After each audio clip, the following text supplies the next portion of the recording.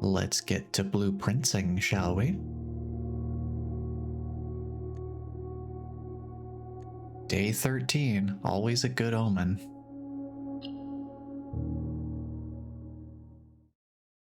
So yes, apologies for starting half an hour late today.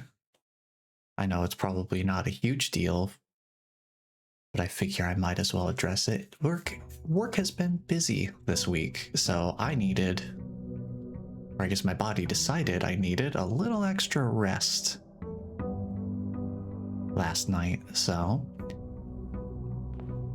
I literally woke up 7 minutes before stream starting time, and I thought to myself, no, I'm not gonna start the stream in 7 minutes of prep time. That's not enough time. I need to eat. I need to actually turn on my computer and open everything. So I don't have time.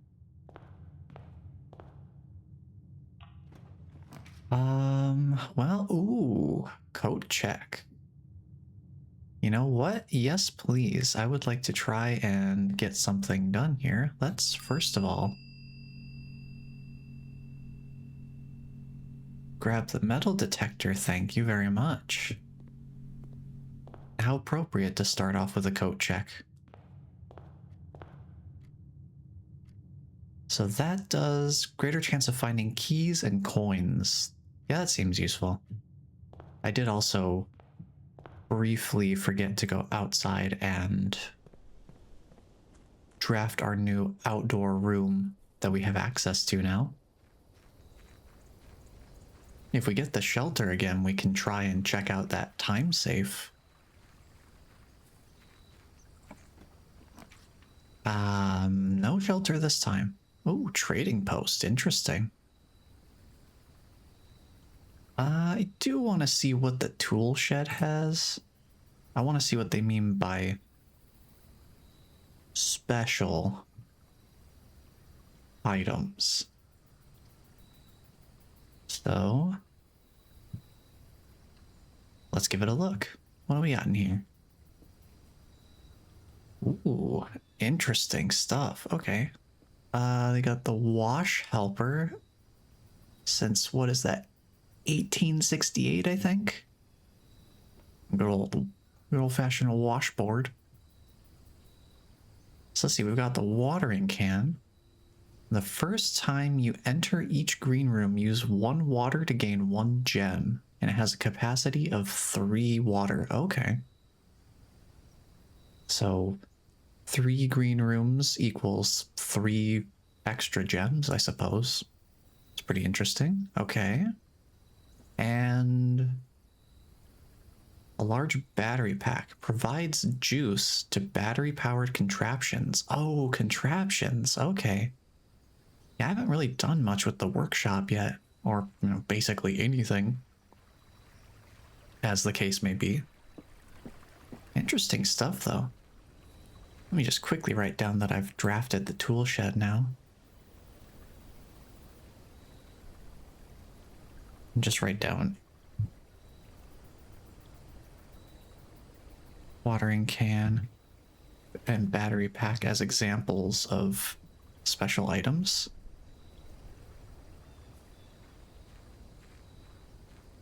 Okay, let's head into the estate. You know what, real quick, I think I will also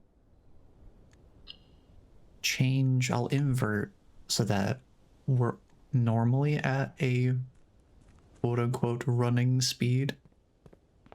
And then I can modify it to be a walk speed instead, in the interest of moving a little bit quicker. Because I've been taking a very contemplative pace these first couple of times.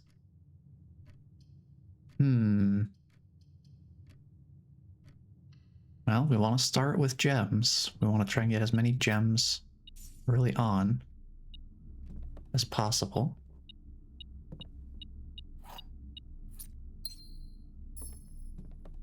Yeah, I guess the metal detector also has a bonus. Has a bonus feature of pointing out Oh. I don't remember if I saw this before. That's cute. Is Birdly going for a swim?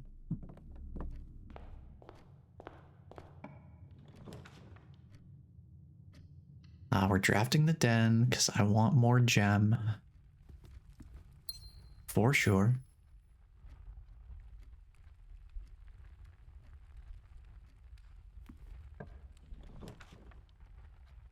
Let's see, I think hallway would be good so I don't dead end too early. There's that lying liar of a memo. I don't want to dead end myself here. How about security's a nice room to have. We can take out the keycard issue pretty early. All right, keycard system settings, security level low. Offline mode is unlocked if we happen to come across the utility closet. Actually, I should check and see if there's any other items going on. Whoa. Hello, Bless. Heck of an entrance. Thank you for 21 months. Dang, that's like 10 plus 9 or something.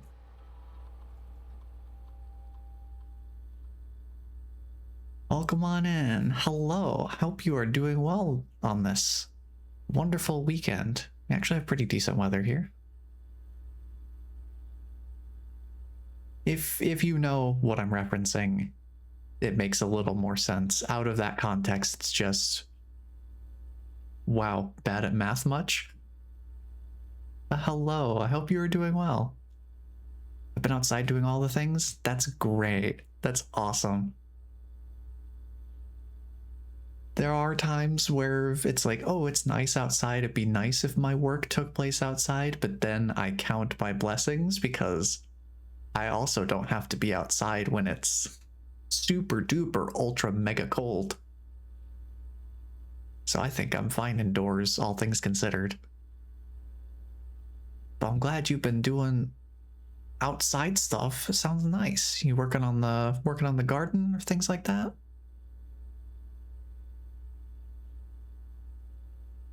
Okay, I don't see any items. It's been raining here so much and it's bright and sunny today. Nice. We love a little bit of sunshine after all that rain. Former Pacific Northwesterner here. I understand entirely.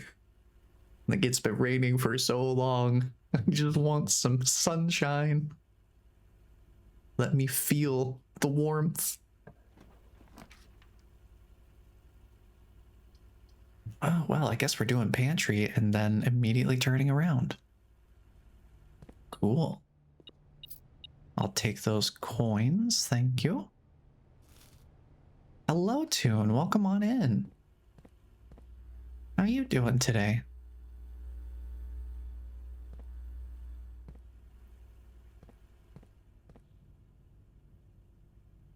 Ooh, nice blueprint sketches here.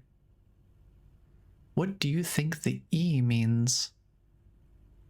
That is the room on the blueprint that is drafted to be the security room right now. Wonder if that matters.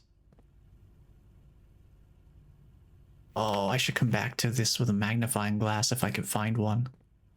That'd be cool. I mowed and sprayed the fence line for poison ivy and sprayed the grass in the driveway so it can die. That is fair. This is definitely that kind of time. If I hadn't absolutely worn the heck out of my arms last night carrying out garbage, you know, getting the garbage taken out at work because there was some heavy stuff, I probably would be doing yard work sometime today as well. But oh boy, my arms are just kind of in recovery mode right now.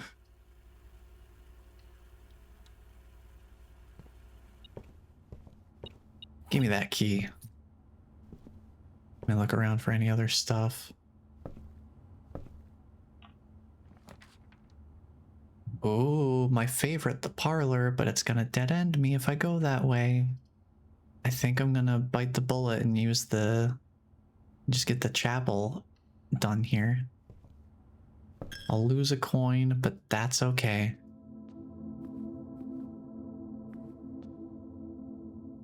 Tis but a pittance in the long term. They really want me to go to the parlor, but if I go into the parlor, where's that gonna take me? That would take me away. You know, funny thing, it doesn't show up on the stream the same way, but my on-screen chat on my end is directly covering the blueprint map. So I couldn't see that the parlor entrance goes north. It will take you to Finland. Oh, that's all I need to know. Let's go. Grab the wind-up key and let's find our way to Finland. Let's see. The other two boxes are true. The other two boxes are blue. Well, we know that's a lie, which means that this one's a lie, which means that the black box, the other two boxes are empty, is telling the truth. So it's the black box. Wowee. Joyous day, I've solved it again. I'm also going really, really, really far north without going into the eastern side of the blueprint at all. Oh no, not the Chamber of Mirrors. I'm not ready for that. I am not even remotely ready for that. Corridor it is. I hate to use it so early, but I don't want a dead end. The game doesn't seem to think the same though. We are going way too far north. We're just making a straight shot there. Drawing room, yes please. I need to split off to the sides. We are going straight up the middle, and it's not gonna work out for me if I keep doing that too much. Good golly. Okay, let's see what I can do. We haven't done much on the eastern side of things. So let's see what we can do over here. Well, I guess we could do commissary. Because this memo is a lie and it's definitely not going to be closed from day 12 to day 16. Would you look at that? Some bonus coins. Salt shaker. I think that makes food items give an extra step or something like that. 10 coins for a key. Ooh. Do I want gems or do I want shovel? I don't have the garden this time. I don't have the outdoor garden room, whichever one that was last time. So we're not getting extra dig spots. What was it, a root cellar? I think. I'm gonna grab a couple of gems so that I can draft rooms. Oh boy, we are out of keys and we're getting dead-ended no matter what we do here. Might as well get more steps. Oh, magnifying glass. Heck yeah, let's go. I want to go check. Oh, the commissary actually has the same notice. I want to use the magnifying glass on this. Can we tell what this says? Swan song. That's what it is. That is very fitting. Hold on.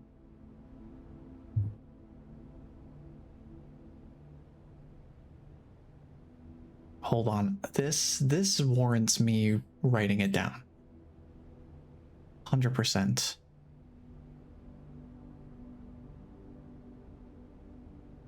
Where is terminal in my notes here?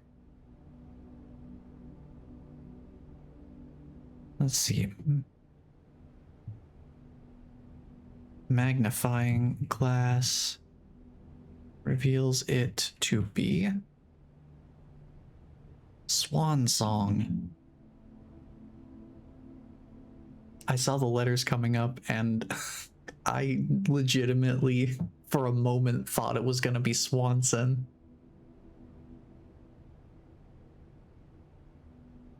But it's not.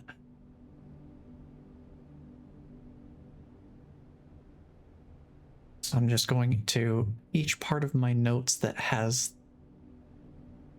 the terminal notes in them.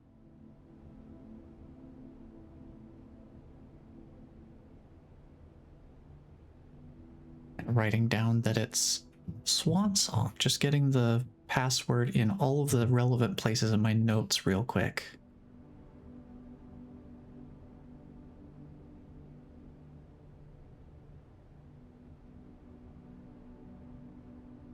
I should also close my parentheses there. That's very important formatting.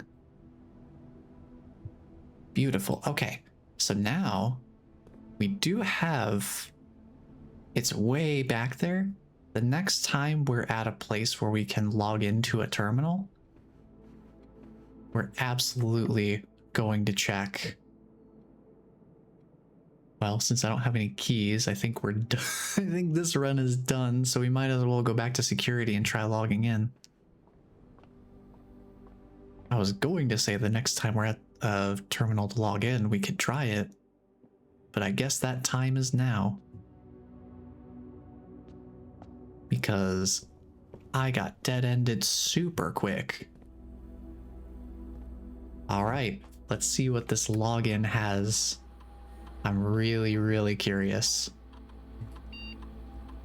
Swan Song indeed. Here we go. What's in here? What's on the network? Oh, the dial-up noises.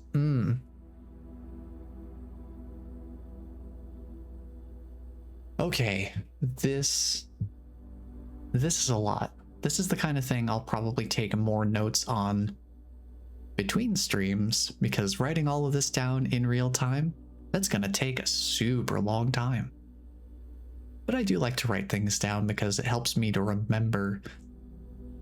It helps reinforce my memory, even if just a little bit. Remote terminal access.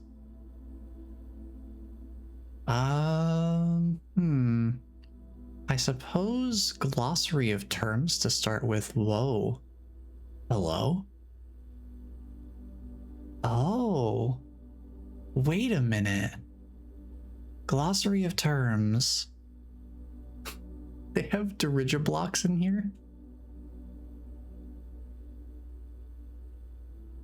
Wait, what do you mean? Okay, hold on. In the commissary, players may find an arcade cabinet for the popular game dirigiblocks. To the dismay of bored members of the staff, the cabinet has not been in working order for the last several years. Although the game is not currently accessible, it is scheduled to be added in a future patch. What do you mean? What do you mean? Hey, blessing.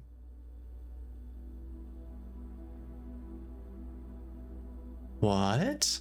A blessing is a persistent benefit that lasts for several days, typically bestowed from shrine after an offering of gold has been made. Okay, I guess there's a shrine room. Interesting.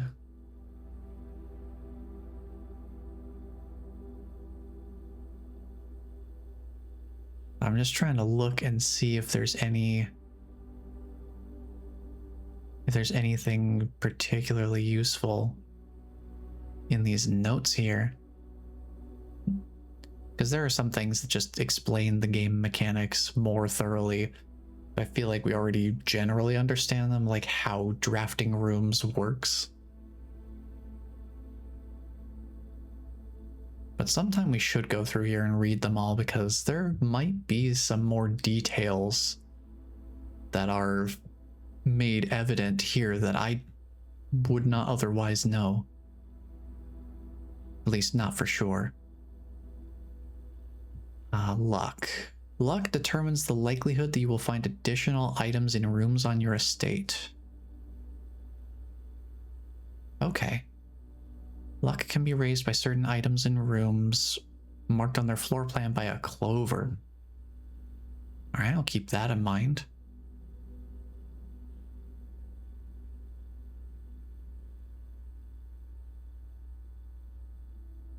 Let's see. Entries marked with question marks will become gradually revealed as you progress. Yeah, I figured that there's some stuff we haven't come across yet that would be spoilers. Like heavy spoilers, not like knowing that a shrine room exists.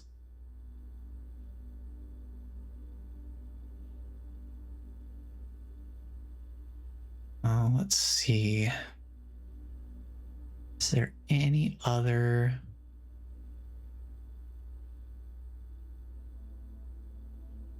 information here? Floor plans have a green border, known as green rooms. These rooms are associated with outdoor areas and gardens and are naturally synergistic with one another. Yeah, I figured it looked like that was the case. So just finding out these categories. Yeah, the hallways are basically just... here's a room that gives you more doorways to access other places, and that's their main purpose. Makes sense.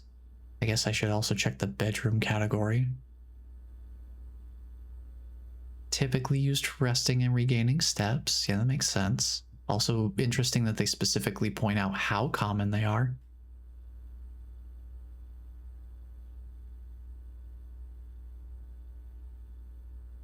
And the mechanical rooms indicated by the gear symbol. That makes sense.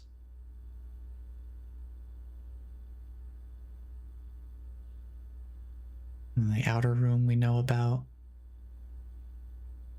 A few things are permanent and are usually marked as such. Permanent changes do not reset each day. Okay. Yeah, that lines up.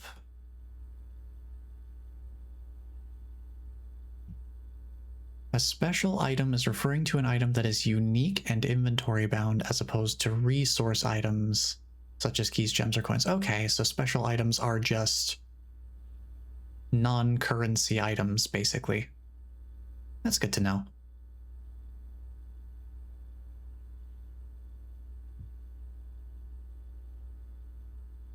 There are several ways to increase the amount of stars visible in the night sky. There's more than just the observatory? Huh. Interesting. All right, red room. They offer powerful expansion options, but come at a dangerous cost. I guess, yeah, they're kind of like hallways with a little bit extra spice. Kind of seems like what they're implying there.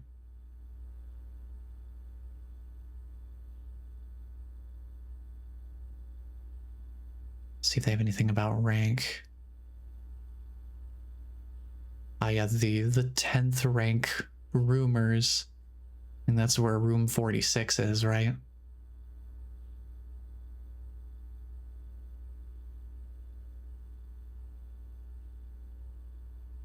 I want to see what they define as a west wing.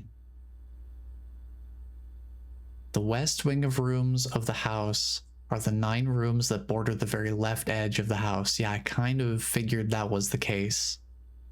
That seemed like the most logical conclusion, but now we know for sure.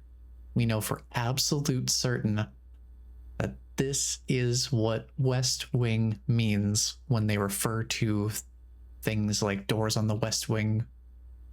The lying memo says they're more likely to be locked. but because it's a lying memo, if we go toward the left edge of the property, that's good to know for the future. We have better chances of not needing as many keys or things like that if we just hug the left wall. Handy stuff.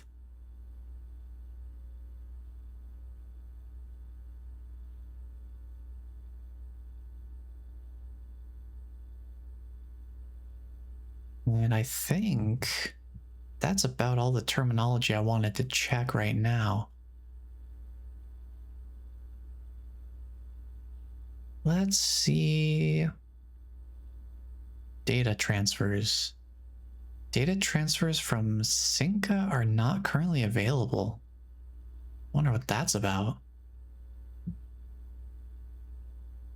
Let's see, electronic mail. The permissions of this terminal do not allow for access to the electronic mail account. Currently, this feature can only be accessed via the terminal located in the office. I kind of figured. But good to know. We do have the password now, so we can just log on to any of the terminals, as long as they're not using some super secret alternative password. I assume remote terminal access would be something like if I have the office drafted, I could connect to that terminal from this one. Yeah, none of the other ones are connected right now. I assume this would be a feature of the security office specifically, the security room. This feels like the kind of room that would have that as its unique feature, to be able to link up to the other terminals remotely. I guess that just leaves staff services then. Let's see about the punch in. Okay. This service has been temporarily disabled. As of November 4th, all work has been suspended at Mount Holly and all domestic staff has been placed on an extended paid leave in accordance with the instructions left by the old man himself. That seems like slightly less professional language than everything else has been written with, but, you know, go off. See Mrs. Babbage for more detail. Okay, so I can't clock in or out. Staff announcements. Saturday, November 7th. This was 3 days after they were told to get out, basically. I don't think anyone else has access to this network this month except you, Simon. So if you're reading this, just know we're all rooting for you. Your friends in faithful service. Well, how nice of them. They left a little parting encouragement for me.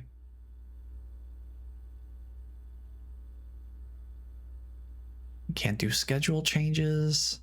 Special orders. If you would like to get a specific brand of gum or your favorite fruit, the commissary is now taking special orders for all members of the staff. Special orders can take 1 to 3 days. Ooh, adding a little bit of bounded randomness in there, I see. Okay. What could I put in for a special order? Whoa, okay. So I'm gonna have to check and see if this list is always the same, or if it generates a new list each time I draft the security room. Interesting.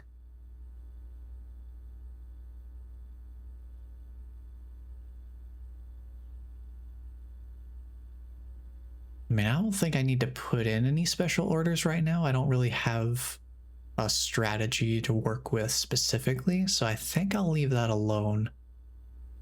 Well, I guess I should see how it manifests in the commissary if I get the chance to. So how about... I think the shuffle would be interesting. Yeah. It says this order is estimated to take 1 to 2 days. I wonder if it depends on what it is that I order. I am staff coffee, please. If I could give you my coffee, I would share. It is cold coffee though.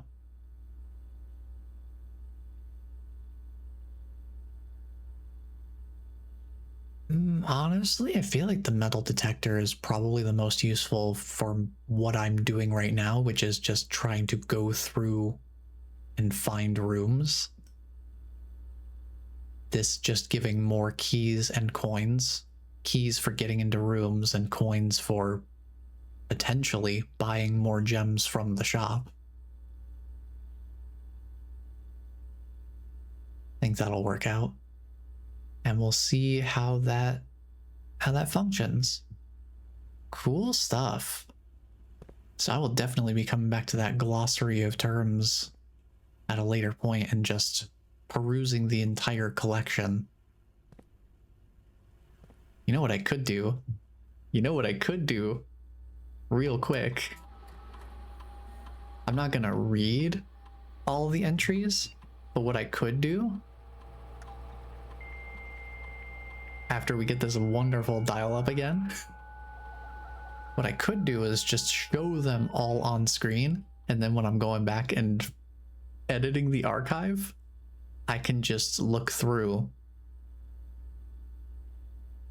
and do it that way.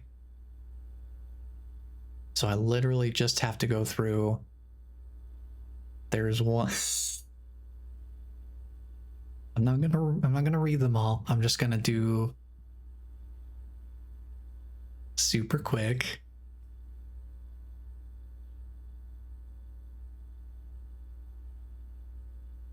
And then I'm gonna look at all of this later, because I feel like most of it we already understand from having played through the game and just experiencing the mechanics through just exposure over time. So I don't think there's a whole lot that's really a huge mystery in terms of what the different terms mean. I think West Wing was the most enlightening, just knowing what they consider to be the wing of the house or the estate proper.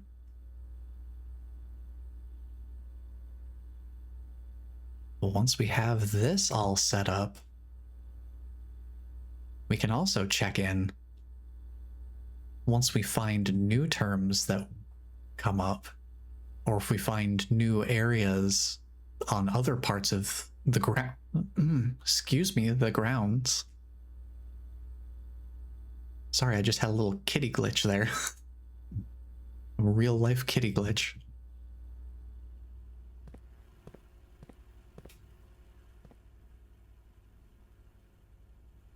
Yeah, we can come back here whenever we unlock new parts of the grounds, because we do have that orchard that's locked by a 4-digit code, something like that.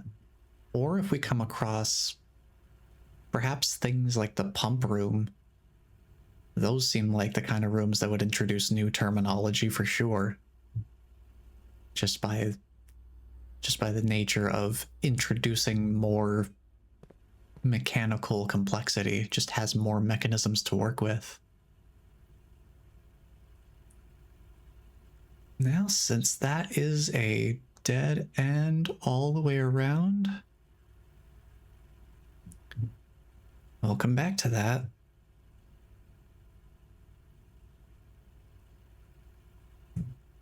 Come back to all of that later.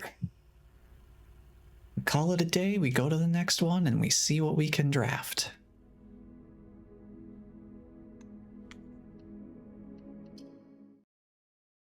I'm trying to learn how to draft with a little bit more expediency, I suppose. Because the first couple of sessions, I've spent a lot of time taking notes. So let's go outside first.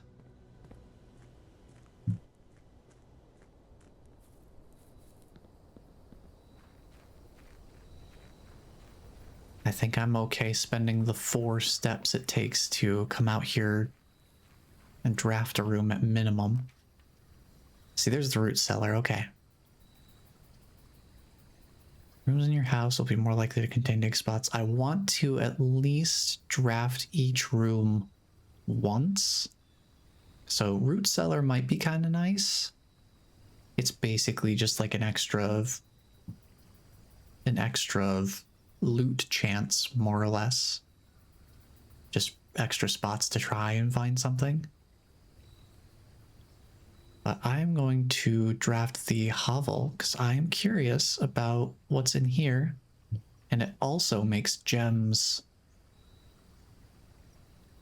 much less of a concern. So we don't have to prioritize them quite as heavily on this specific day. I just need to mark that I have drafted this room. So I think the only one that I haven't drafted for the outdoor room, I think it's just the tomb. That's it.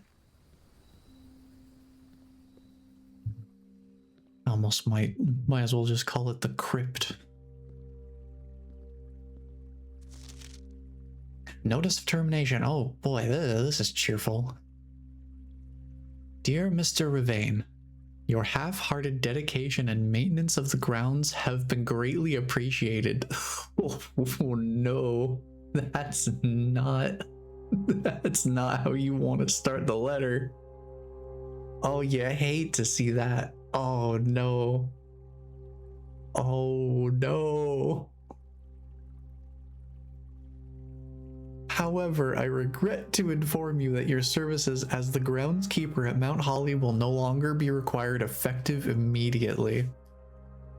It's just so cold. Your half-hearted dedication and maintenance of the grounds has been greatly appreciated. This is not what you want to see in a letter from your boss. Oh no.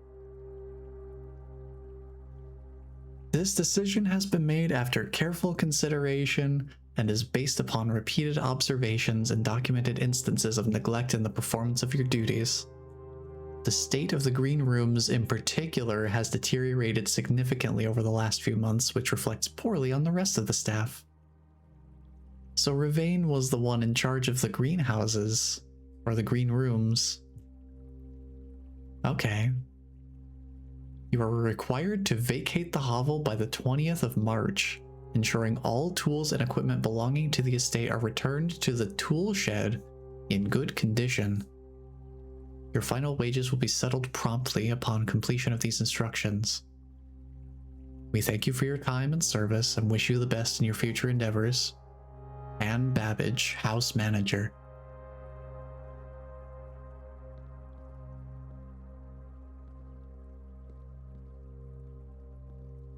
Yeah. Yep. Dang, they got bear traps in here.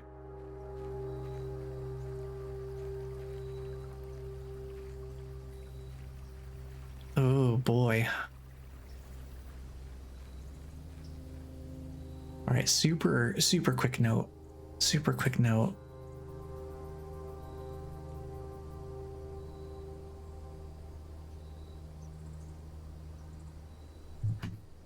Contains notice of termination for Mr. Ravain, former groundskeeper. And then just write green rooms. Okay. Trying to keep my notes a little more shorthand. I can elaborate with further detail later because it's not like I'm lacking video evidence or anything that I could go back to and manually extract more detail from later on.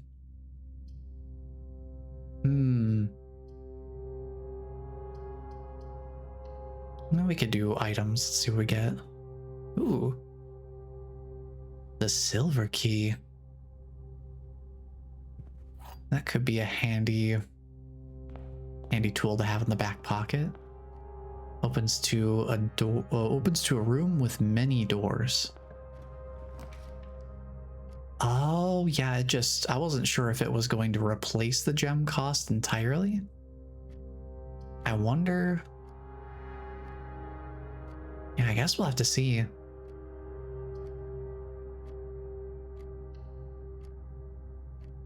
Yeah, let's do drawing room. I like coming in here. Seeing all of the illustrations. Lots of horses.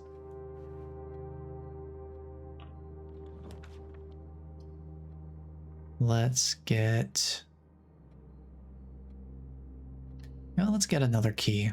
I only have one normal key, so let's make that 2. And then keep moving north, because that's the only other direction to go. Oh, hey, is that the parlor? Is that my favorite? Is that my favorite room in all the world? See, there's no keys on the table or anything. I guess nobody wanted to leave them there. You gotta be kidding me. Some of these statements are just...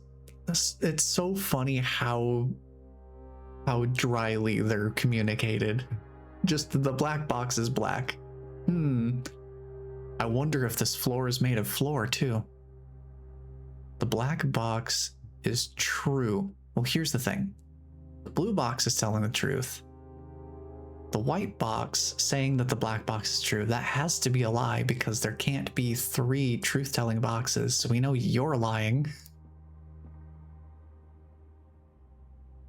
The black box is empty. This is quite a conundrum. Wait a minute. Hold on. So the black box is black. Obviously that's true. The black box being true has to be a lie, which means that the black box is lying, which means the black box is not empty, which means it is once again the gem holder. There you go. Sorry, it took me a moment. I had to think back from the beginning again. Because the way my mind had it was up to like a 50-50 coin flip, whether or not it was telling the truth or lying. So I had to go back and double check my thinking. Well, the commissary is here. We don't have coins yet, but I am curious to see if they have...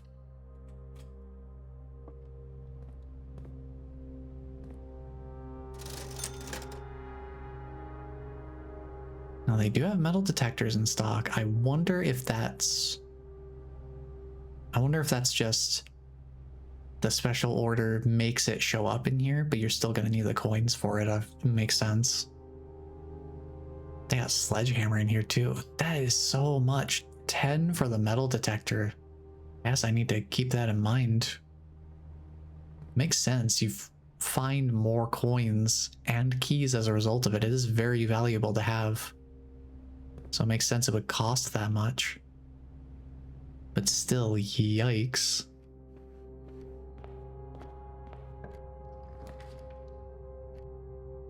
Well, the courtyard is the only one that's not going to dead end me, so let's do that. Oh, hey, metal detector. Cool. I just got one for free. Too bad I don't have a shovel for these digging spots. I suppose you can't have everything. Ooh, office. Office. 100%. We're doing the office. We're logging on. We're checking these electronic mail missives here. Okay, it does not matter whether it's capitalized or not. Good to know, good to know.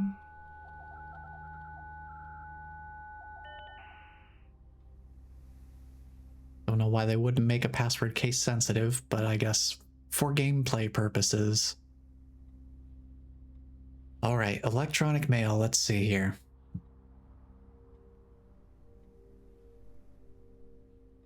So the oldest one's at the bottom. I want to start from the oldest one and work my way up. So let's see, this one's from DC Power regarding fuse box repair. The VAC indicator lights installed per instructions have been turned on. However, it should be noted that the white indicator is only displayed after syncing all 6 indicators to purple. If this is not the desired functionality, let us know and we will fix it in our regular service visit next week. Thanks, Gabe, from DC Power Incorporated. Very cool. The white indicator is only displayed after syncing all 6 indicators to purple. Where is my utility closet section? I need to write this down. So yeah, they do call it purple, so I'm going to replace violet lights with purple lights. Okay.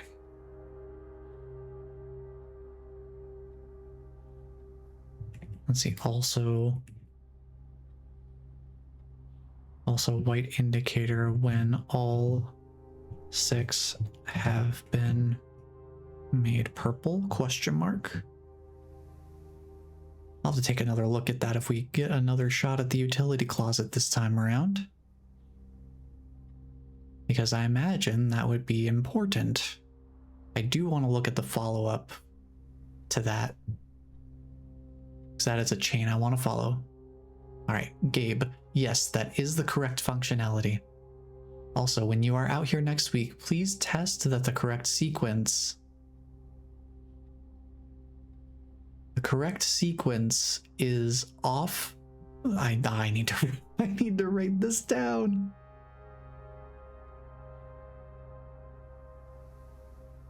Let's see. Intended sequence is blue, green, white, red, purple. So that's the order we need to put the lights into.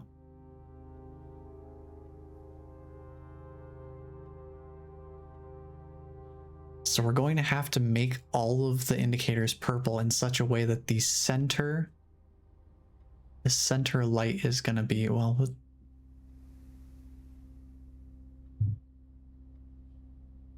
because there's one that's off.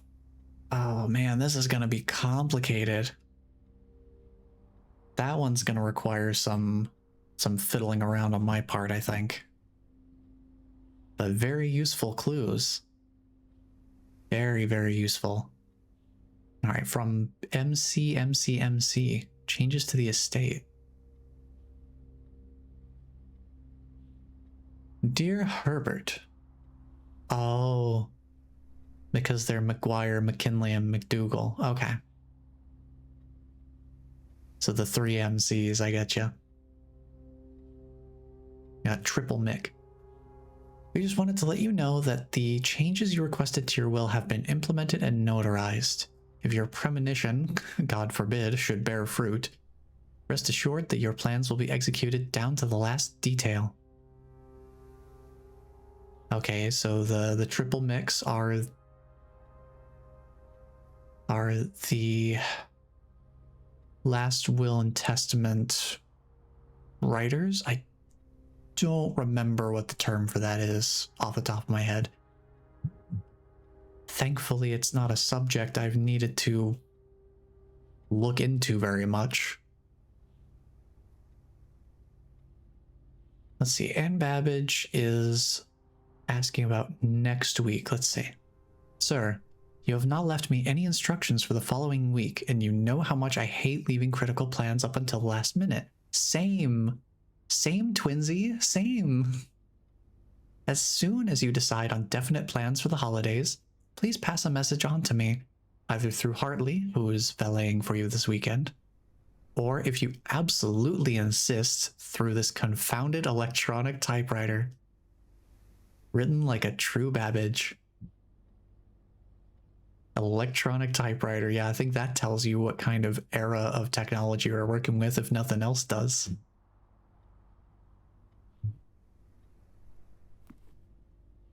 And is that an upgrade box I see? Insert into one of the estate terminals. Well, guess where I'm at right now. I'm at a terminal right now. Let me see, there is a slot for it here. Let's insert this disc. Perfect. Let's see. Okay, floor plan upgrade program. What is on here? Hallway. You will now have the chance to permanently enhance this room to one of 3 different upgraded floor plans. Okay. Select a floor plan below to upgrade this room. Oh, interesting. Oh, that's interesting. Okay, so we can make the hallway have a key.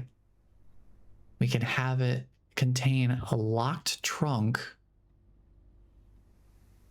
So it's a guaranteed trunk spawn, which, you know, you could work that into a strategy of sorts. Or you can have it add an extra hallway to tomorrow's draft pool. That seems very useful. Extra keys are great and all, but being able to have another hallway or extra room linking potential, I don't know. I'm torn between option 1 and 3. Do I want an extra key? Do I want an extra key or do I want an extra hallway? I feel like the key might be the smarter long-term play. Because then if I use this in later parts of the drafting process, if we get further north into higher ranks, this gives me a better shot. This guarantees, as long as it's not a key card door, this basically guarantees that I will be able to go out of at least one of the 2 connecting doors in the hallway that I've just made. I think this is probably the smarter option. Just the way I'm thinking of it, it's got more use cases, because if we use more hallways towards the end of the ranks, there's still the risk of them being locked, so we'd have to be getting keys from elsewhere. I think I'm gonna go with the +1 key. This is the upgrade I want. And hey, that means we've gotten our first upgraded room. So we're making some new permanent progress here, which is very nice. Very, very good to see.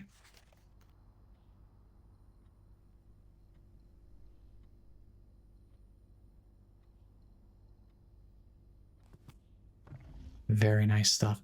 I do wonder, actually,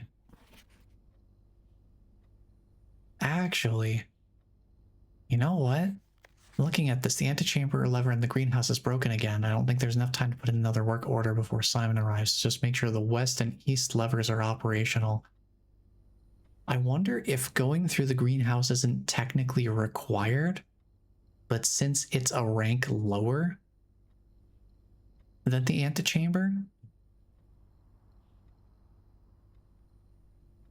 since it's a rank lower, I wonder if that might help.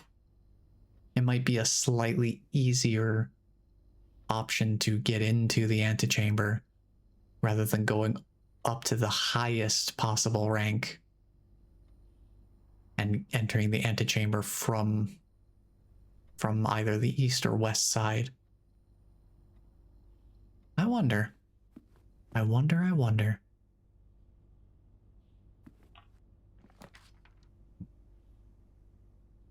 Well, we could do observatory. I do...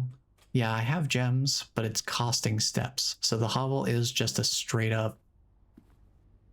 It is a replacement. You don't get the option to use gems anymore. At that point,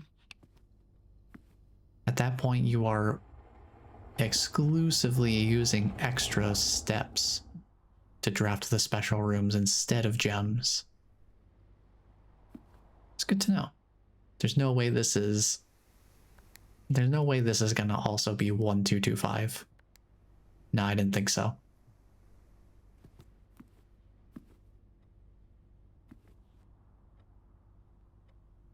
Trying to think what would be a possible number combination.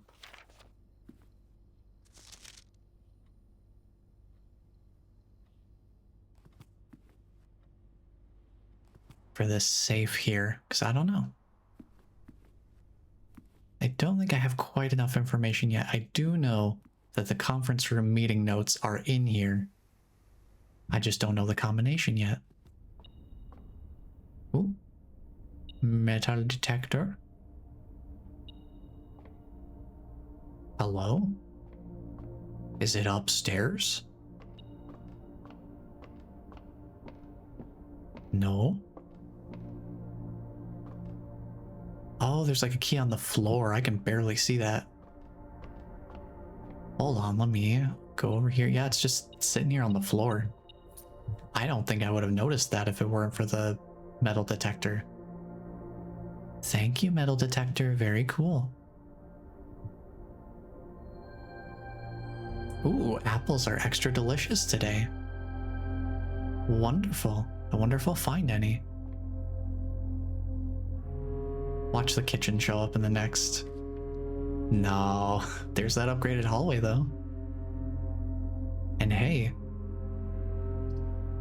since we don't, well, I do still want to use the den because that keeps me on this rank rather than pushing me further north. And I think we're okay on keys for right now. But there is that upgraded hallway. I wonder if it's possible to get another upgrade for the same room and stack effects on it.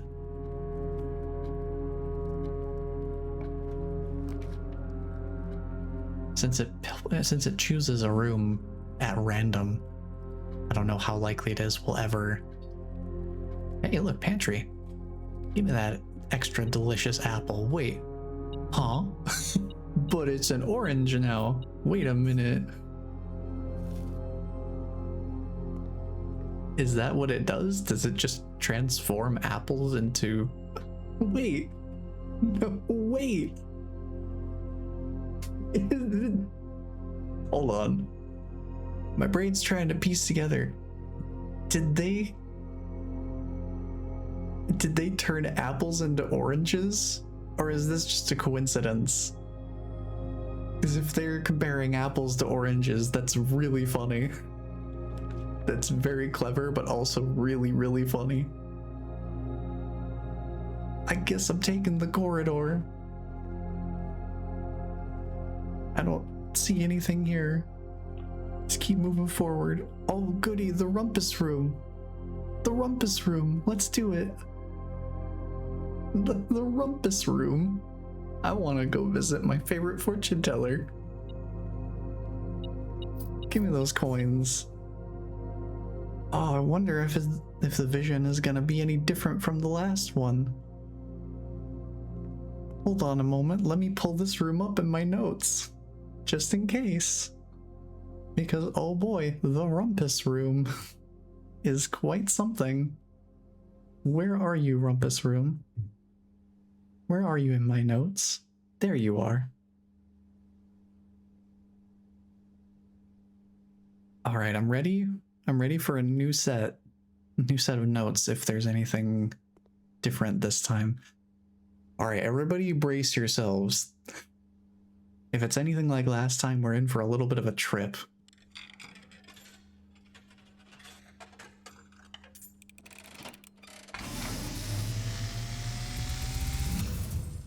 Yeah, here we go.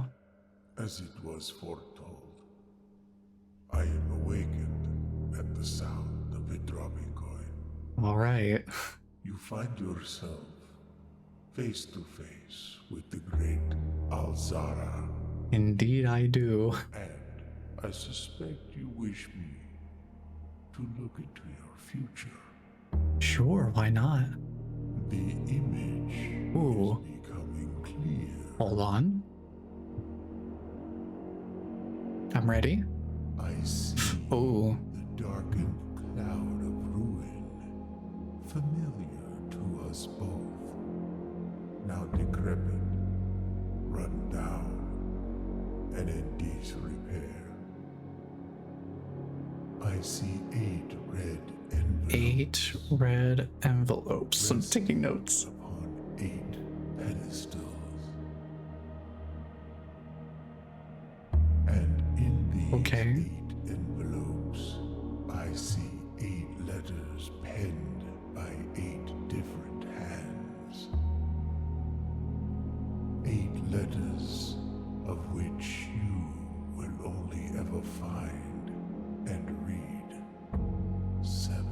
Oh, Just like the art hanging on the walls of these rooms, there is a letter missing. What you have heard here has been interesting. by the great Alzara. Until the dawn of the following day, I will have nothing more to say. These fortunes are crazy. Hello? How do I even begin to unpack that? I think I know of one red envelope. It's in the boudoir safe.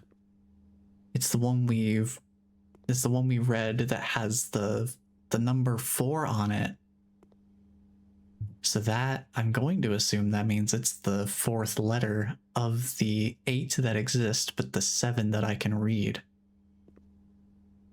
And apparently, like the art on these walls, there is one missing. I wonder what that means. Like, hello? What do you mean, like the art on these walls? There is one missing.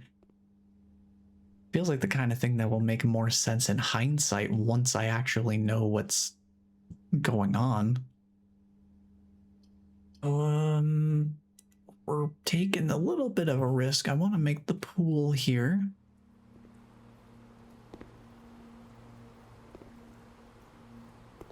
Fun place we've got here. How about we draft to the left? We'll use a normal key on this one. Ooh, garage, okay. We could do West Wing Hall. We don't have the car keys, so I don't necessarily want to commit to the garage, especially since we're running low on steps. How about West Wing Hall? We try and draft southward.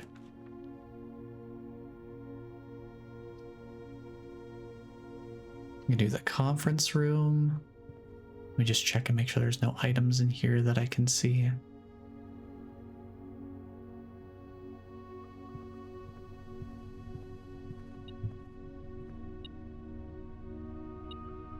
There's a key on the table here. Okay, thank you. Metal detector, very cool. Use that key that we just got. I think because I need steps, I would love to mess around with the utility closet. But I think I need the steps more badly right now. Key card. It's pretty nice. And oh, it's just a little coin hanging out on the floor. Thank you, metal detector. Very cool. I'm learning that there's a lot more spawn locations for items in each of these rooms than I really ever gave it credit for. Now, what was this memo again? Oh yeah, the safe code is not 9083. Very helpful.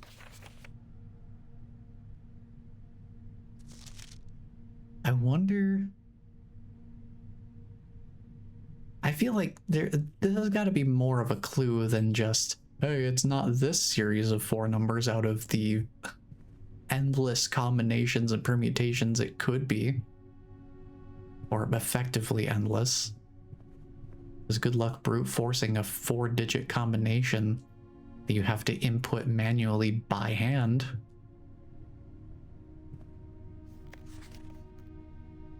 Although it's been done before. Whether through brute force or in some cases pure luck and happenstance. I do feel like I might want to try rearrangements of these 4 numbers specifically. I feel like there's probably more significance to this than it just being a throwaway of saying, like, yeah, it's not this sequence of 4 numbers, which feels like on its own would mean very little. So the next time I'm in the office, actually, I might pull up that note and see what comes up if I just mess around with some numbers. How about... Dang, we are going northward. We are just going north. Hello? Metal detector? Oh my gosh, there's a coin in the corner. What on earth? I assume that's not just because of the metal detector that's spawning there. I assume that could happen anytime.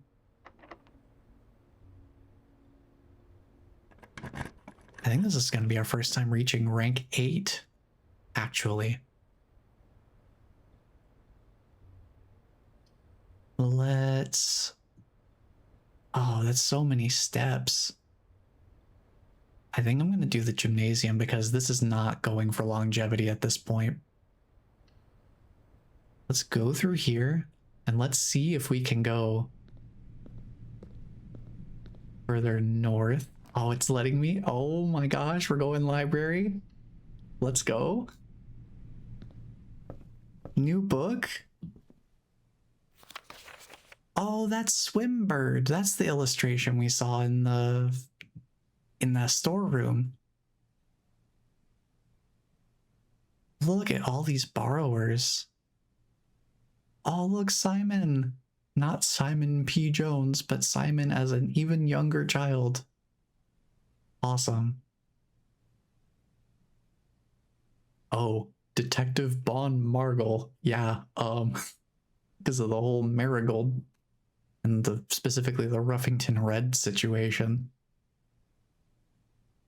Yeah, I guess that makes sense. A lot of borrowers here. I mean, this was a very popular book. So let's see, Swim Bird. I am a dare bird, a daring and brave bird. Diving so deep, bird, a ride on the wave, bird. There is not a dare I would not do. There is not a depth I would not dive to. However, my friends are not very open to the idea that I like the sky less than the ocean. Bird in the sky, not in the sea. That is what they say when looking at me. You are not seabird, you are not swim bird. If you are friend bird, fly in the wind, bird. And shouldn't you always listen to friends? For they know me best, or so they pretend.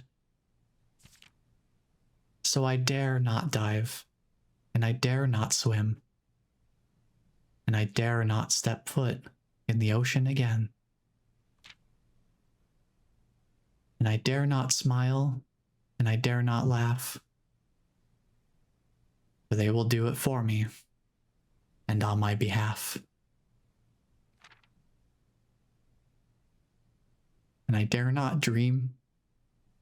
And I dare not speak.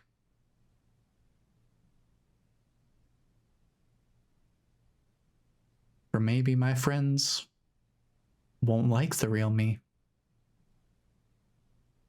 And I will say goodbye to my dreams and the sea and wonder why daring feels just like defeat.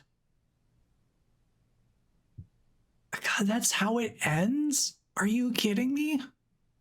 You can't just do this to me. You can't. You can't have me feeling like this in the middle of my puzzle game. What are you doing to me? Oh, my soul. My soul has been imprinted upon. Oh, Swimbird, what are you doing to me? Oh, I'm gonna go look at some statistics. Good gravy. Gosh, that is a lot.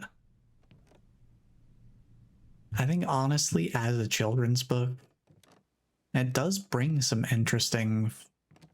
It does bring an interesting emotional conflict to the table. Like, I think it definitely... Like, that could be an actual children's book for sure. I don't know if with that specific ending, but at least being able to have that conversation, that's a super important conversation, especially nowadays. I think the concept of social expectation and friendship has been altered so much by social media at this point. Because now we have generations of people who have grown up with social media always being something that's accessible to them. So the view of friendship and having a true sense of self, that's a big conversation. Hey, you know what? Good on you, Blueprints. You're bringing an important conversation to the table here. Like that singular book right there. That's a conversation starter if ever I saw one.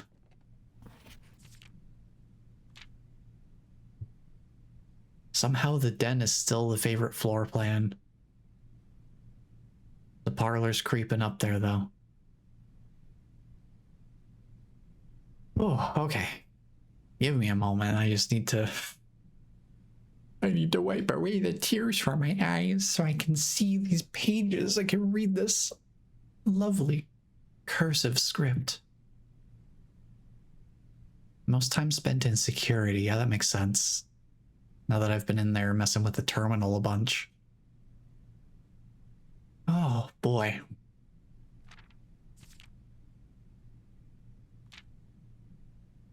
Nursery is still the most avoided. I don't think that's going to change for a long time. And there's just never been a really good reason for me to draft that specific room.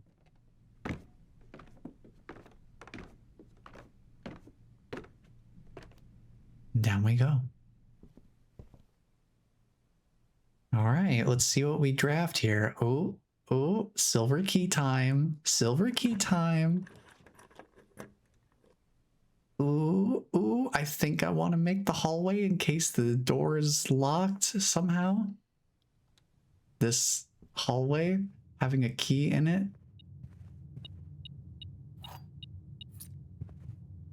Oh, whoa. Wait a minute. Ooh, that's so cool. This is the antechamber entrance right here. We don't have any levers in this room, so it absolutely is. Oh, it absolutely is. You need the greenhouse at the southern to line up with the southern entrance. So we would need to go right and then left And this would have to be a greenhouse right here. That's at least to the best of my understanding of how the levers work right now. And we'd have to have a broken lever.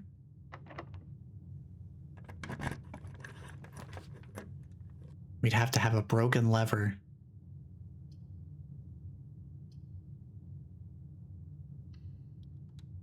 There's no way this would ever work. Because it's like, I can't even see what I'm drafting here. So it's literally, I don't even have a key. Still a very good run though. I don't think there's anything else I can do with 3 more steps. I could draft a room off of the pool, but I can't enter the room because I'm just gonna be exhausted. Hello?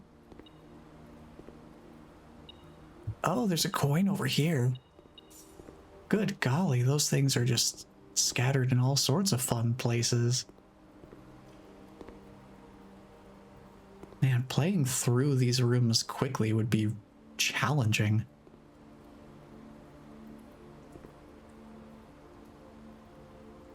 Because there's so many little things you could miss just in terms of item pickups alone. I can't do any of that. So yeah, that's the day. But we made it all the way to the outside of the antechamber. That is wild. I wonder if there are other rooms besides the greenhouse that have antechamber levers in them. I haven't seen any. But it wouldn't surprise me if there was, because there are a lot of rooms we haven't seen yet. It's like we're missing 5, 10, 15.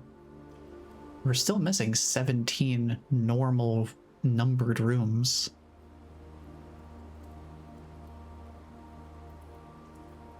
I also appreciate how the sauna has a little bit of the smearing, smudging effect of moisture on it. That's pretty fun. Yeah, we still haven't seen 17 of the numbered rooms, let alone 4 bedrooms, 1 hallway, 4 green rooms, 6 shops, and 2 red rooms. At least as far as what we've drafted.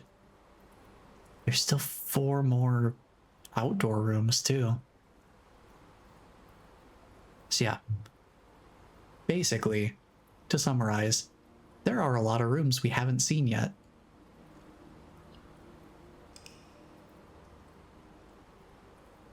So who knows, maybe 1 or more of those rooms has a lever that isn't broken. No guarantees, of course, but it could be interesting.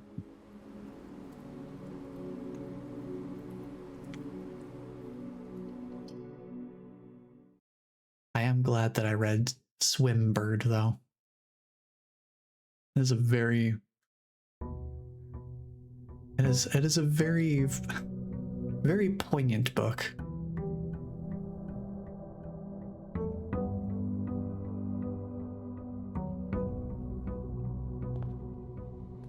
I guess that's one of the strengths of the children's book format. It's very no frills. Really, you can really just get to the heart of the matter in a very succinct amount of time. I want, schoolhouse. Let me write down that that's an option. And go back up.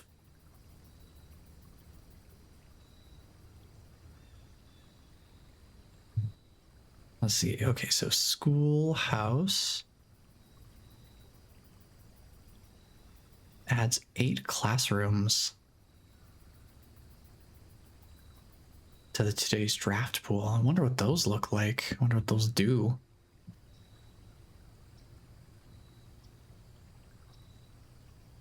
Very interesting.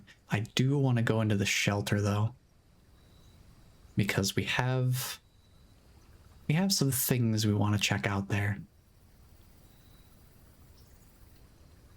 As much as I'd like to draft new rooms, this is drafting for new purpose, as the case may be.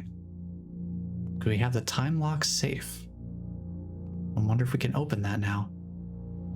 Because if you remember from last time, I did set up the time lock safe. You can use any date and time as long as it's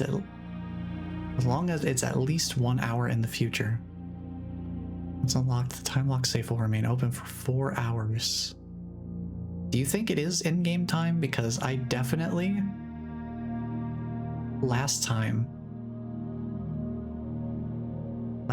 I set this up, it was 100% for today from 12 to 4.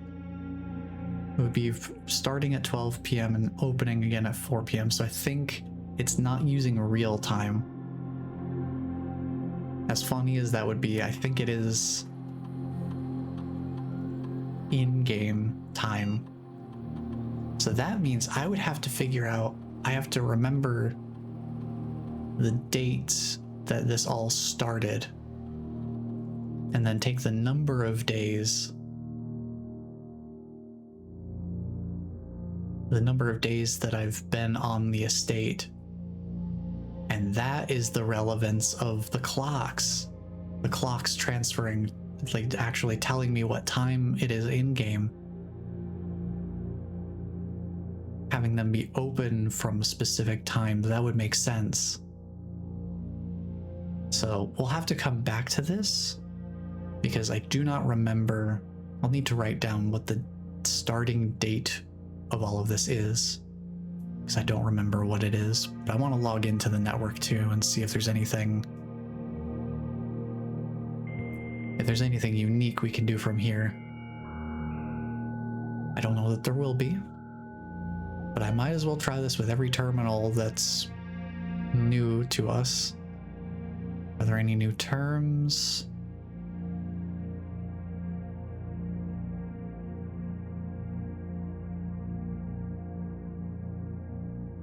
That we haven't seen yet, that seem like they would be important to know?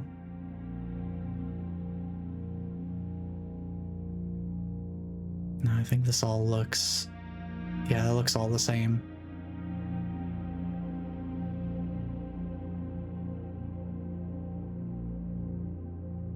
Oh, you can do a remote connection from other terminals.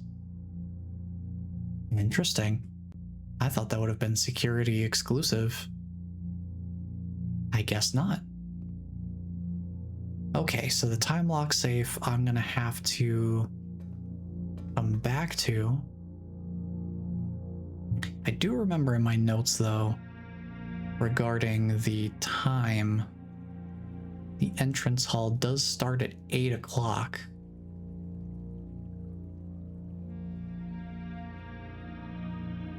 So I can keep that in mind.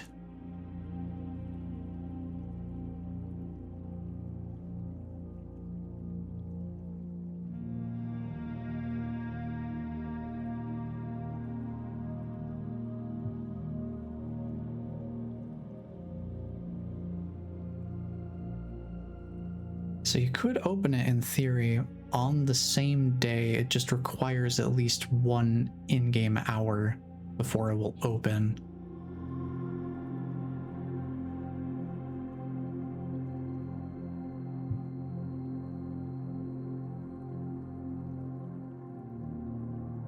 So let's see, I'm gonna put this in my random notes, just sort of miscellaneous. What date does the game begin? I'll need to have that in mind.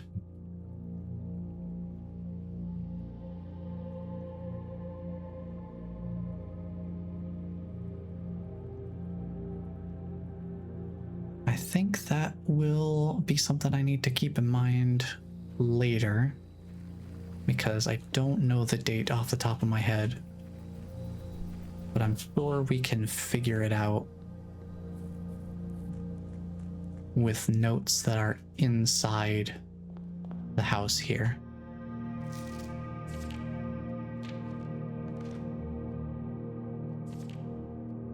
So yeah, the letter doesn't state anything specific.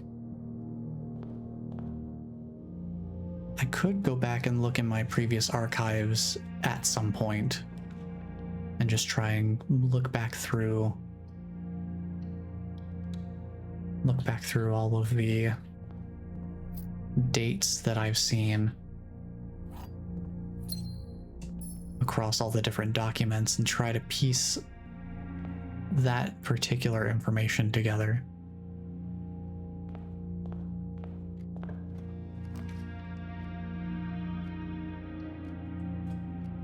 Beyond that, though, I don't have an immediate idea as to what the date would be. So let's grab another key.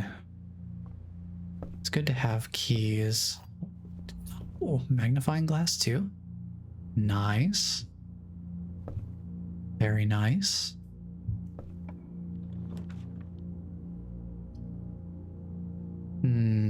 How about we wrap back around with bedroom here?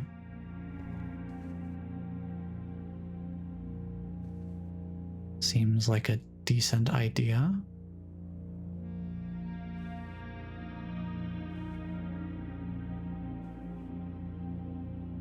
Oh, I can examine the pictures with magnifying glass. Yeah, I want to see what this is about.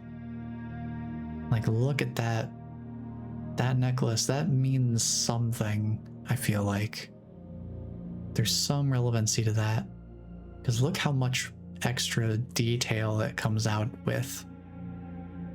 It's not kind of blending in like other elements of the picture are. It's got sort of a deliberate sharpness to it. And I think one of the fortunes, I think the first fortune that we got from the rumpus room, I think the moon symbol they referred to as a rogue moon, I think it looked like this.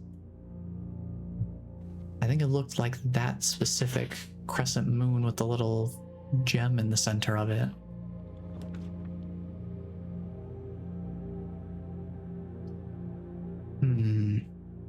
We only have one coin to lose, so I might as well get the chapel. Oh, right, we're protected from the effects because of the shelter. I forgot about that. Truly, I did.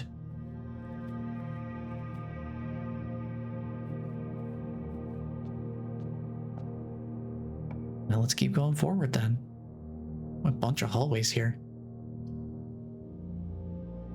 Well, might as well use the hallway. Yeah, I can see in the lower right, sheltered. You're sheltered from the effect of the red room here. I wonder if we re-entered that room, if that would count as another sheltering. Like, does it shelter from the effects of 3 separate red rooms that we draft, or does it protect us from the effect of a red room 3 times? Like, if an effect would trigger. I do want the den because more gems is more gooder. For sure. Very nice.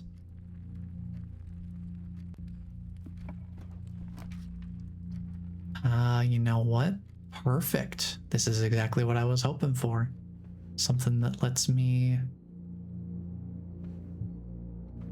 round out the first rank here.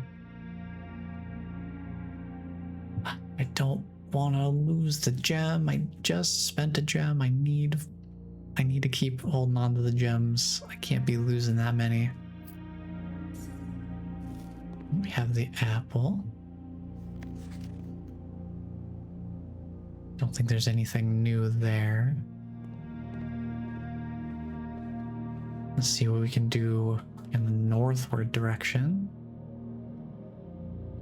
Is that my friend the parlor? Is that my friend the parlor? Why, absolutely, yes, I would love to play. I would love to play money-making game. All three statements are false. Well, by the statement of the rules, we know that's false. Two statements are false. It's possible. The gems are in a box with a false statement.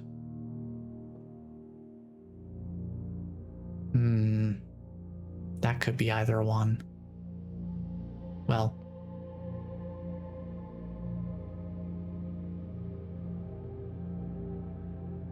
let me think about this. Okay, so all three statements are false. That's objectively impossible. So this one's clearly false. We know that for sure. Two statements are false. If this is true, then this one would be lying. This would be the false statement, which means the gems are in a box with a true statement, which would mean it's in the white box because it's telling the truth. If two statements are false is a lie, if that's false, then it contradicts itself because we already know this one's false. So this one couldn't be false at the same time because that would make itself true. So it's the white box. Beautiful. Love to see it. I'm just scared of the day that I open a box and the gems aren't in there. And it's just like, no, the parlor game has beaten me. After all this time. Well, we do have protection from red room effects. We can get the dark room out of the way. Check it out, we can actually look around in this room. Oh, we can look around in this room. Hold on. Yeah, we can get some more faces. We can actually see some more of the resident staff. Very cool. Got a couple of the estate maids here, it looks like.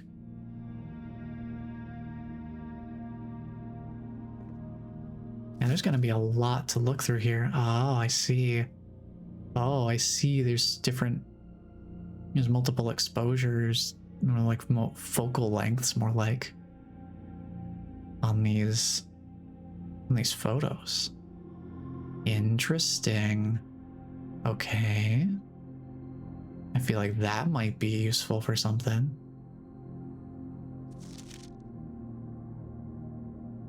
Hi. Are you Mrs. Babbage? Sitting in the office, I feel like that would be Babbage. I feel like that's a pretty safe assumption to make, but I'm not gonna commit to it completely without no extra evidence, but circumstantial evidence does seem to imply this would be Mrs. Babbage.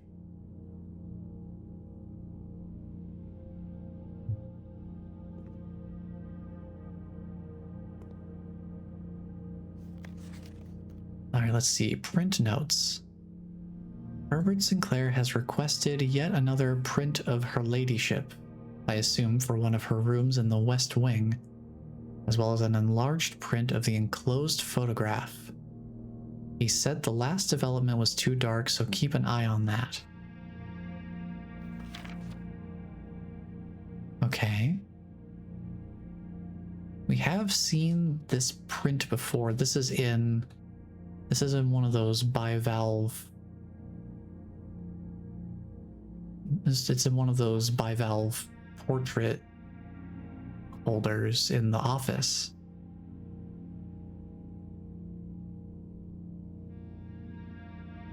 Because there's this picture and then I think a picture of a younger Herbert Sinclair next to each other in the same bivalve framing. Ooh, hello, broken lever. I was wondering why stuff was kind of clipping through in a weird way.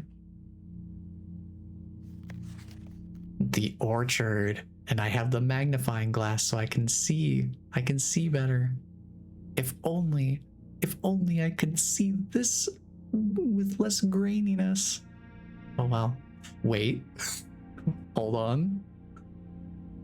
I'm taking notes. Where is the dark room in my notes? Where is it?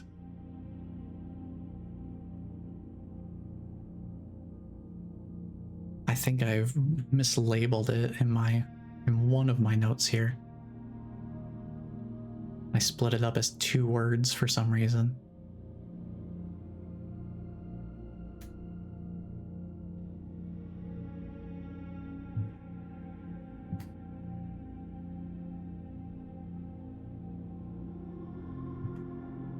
All right, let me see. There is photo of orchard entrance.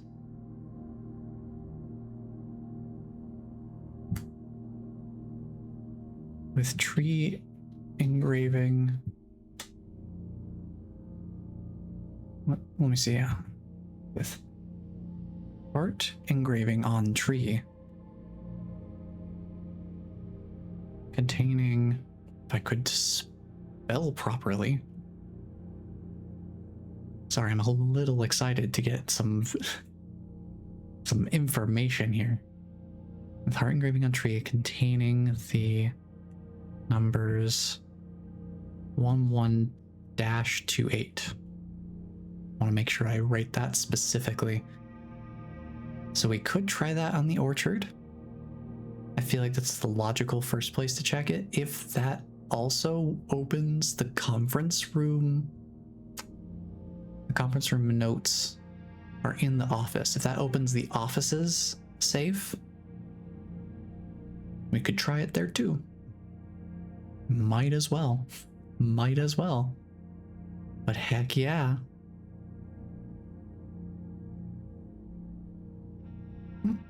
I love how you can just kind of tell. You can kind of see the edges of the square that they put in, where they put in the picture of the heart. It's just a little bit. Oh, it's all good though. I imagine trying to get that to perfectly line up wasn't really the most beneficial use of development time. Oh, hey, Cinca, wait a minute. The terminal was talking about data transfer from Cinca. Okay. Interesting.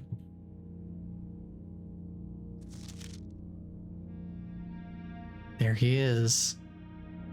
The man himself. Just taking a selfie in the bathroom. Truly, times never change, do they? The more things change, the more they stay the same and all that.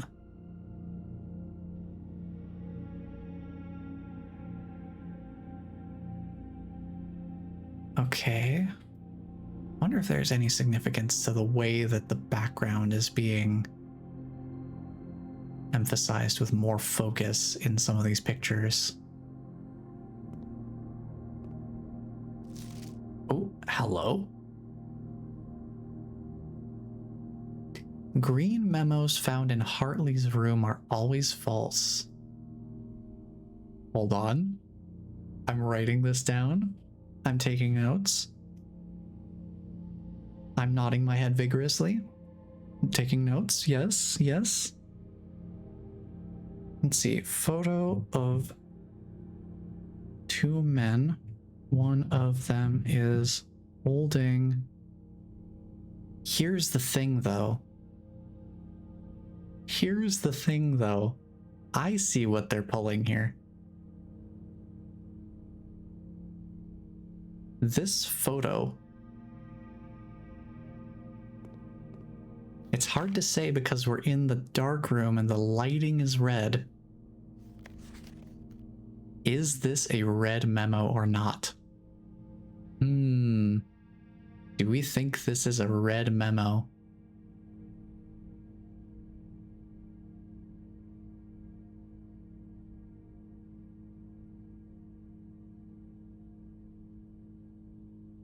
I'm just gonna put red with a question mark. Hold on, I'm gonna also say it's a typeset memo so that it's not, I can distinguish between that and handwritten.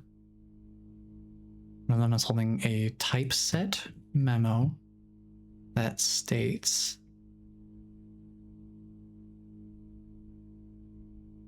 green memos found in Hartley's room are always false. I don't even know where Hartley's room is. I wonder if that's maybe one of the bedrooms we haven't found yet, potentially. But the fact that we're in a dark room and the lighting is red. Let me go look at that. No, this is pretty not red.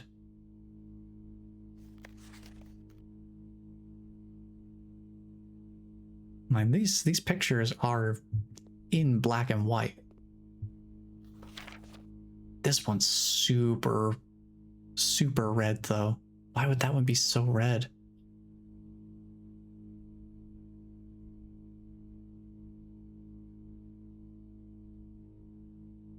It's kind of crazy how red that one is. So some of them are really red. And then some of them aren't. I wish I knew how dark rooms worked a little more specifically. That kind of information might be helpful here because I don't know how much red is just because of the dark room itself and the process of developing film, and how much I'm supposed to read into that being that this memo is red. Because if it was handwritten, it wouldn't matter. But because it's typeset, I have to keep that in mind.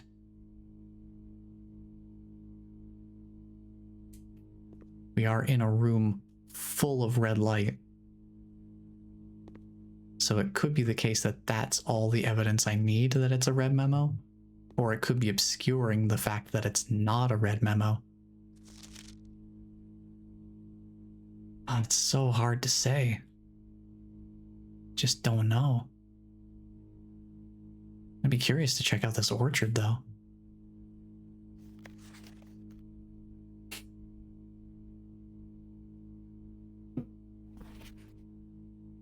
It's like this is a really red picture.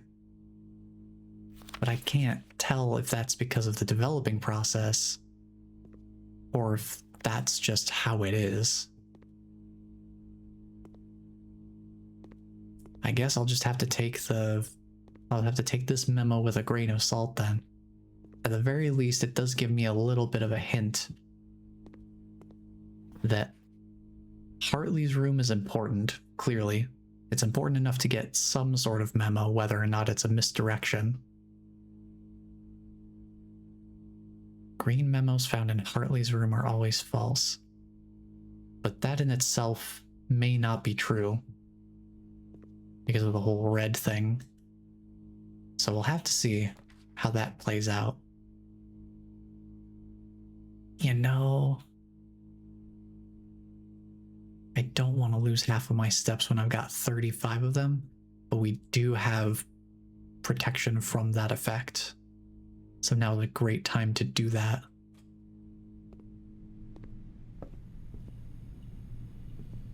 And now we have a wonderful central connection area. Very useful. Keep going this way. Well,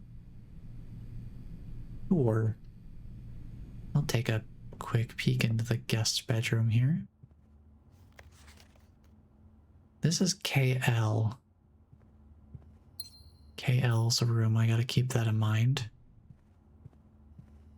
I gotta keep an eye out for the name Hartley now. Don't recall seeing that name anywhere.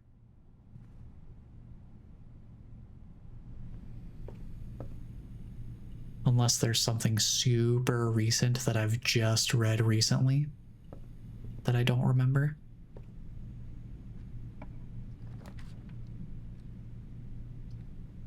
Oh, that would end my run right now, though. I don't want to end the run, but I do want the coat check. You know, I'm so torn. Oh, I'm so torn. Oh, this is risky. You know what? I'm gonna do this. We're gonna end this run in particular. I know it's a good run, but I want to check the broken lever. And then what we can do with our remaining steps is go back outside. We can go back outside and we can go try the combinations. We can try the numbers on the orchard entrance. Let's see, we need to go down and then I need to go to the right.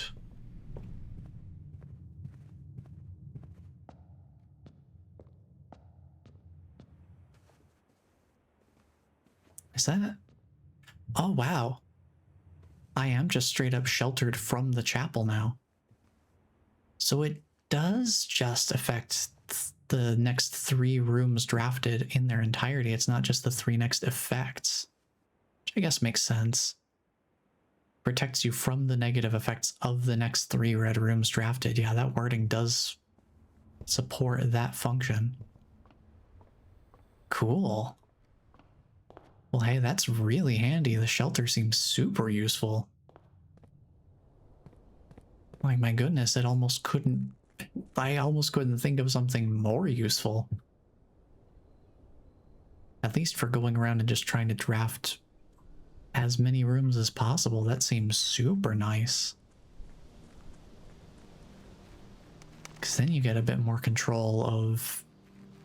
You get to minimize how much of the negative impacts you're receiving from random chance. And you can't see the code because this tree got chopped down. Oh, interesting. Okay. Because this was the tree that had the engraving on it.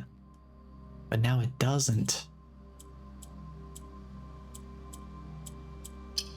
Ooh, hello, orchard. Check that out. The apple orchard has been permanently unlocked. Starting tomorrow, you start each new day with an extra 20 steps? Holy cow. That's really good.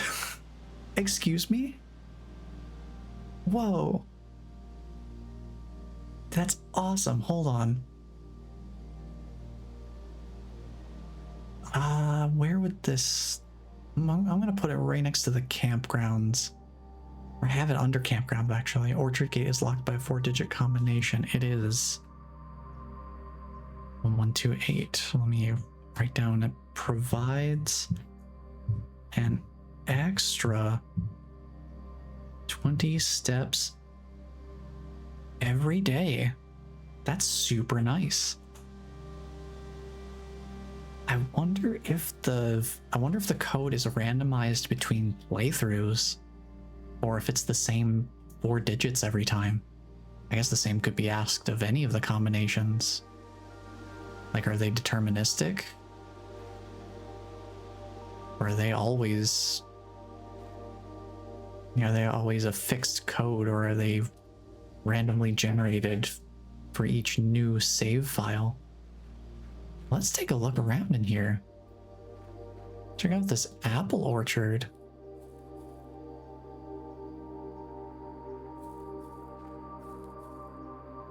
That's just a nice little spot in here. Keep seeing these bird baths. I know the pump room is a thing. Oh, hello. Oh, I'm turning on a fire. Okay. I did it. I lit a blue flame. What does that do? Aww. What is that puzzle? Oh, a sundial, you say? Oh, a sundial, you say?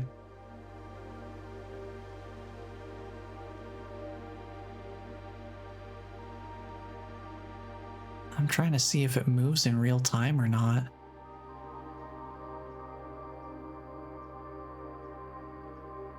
So let's see, it's just to the left of that center one. I'll keep that in mind. Let's do more exploration here. Interesting, though.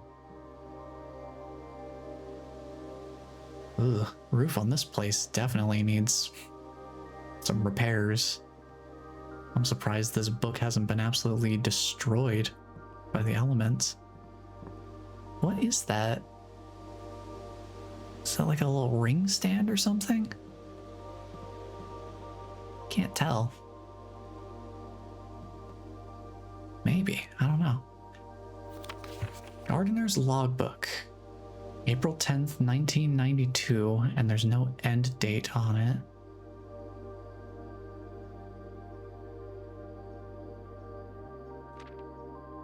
When I first came on the estate in the capacity of the new groundskeeper, I was a little dismayed to find that my predecessor had kept no notes, no logbook, and no record of any kind regarding the various gardens and green rooms of the house under his care. Oh, this was the replacement for, let me look at my notes, remember the name. Where are they at? Ravane. Yeah, Ravane was the old groundskeeper, and Robert Nogula is the new groundskeeper. Okay. This is the kind of thing I can take more notes on later.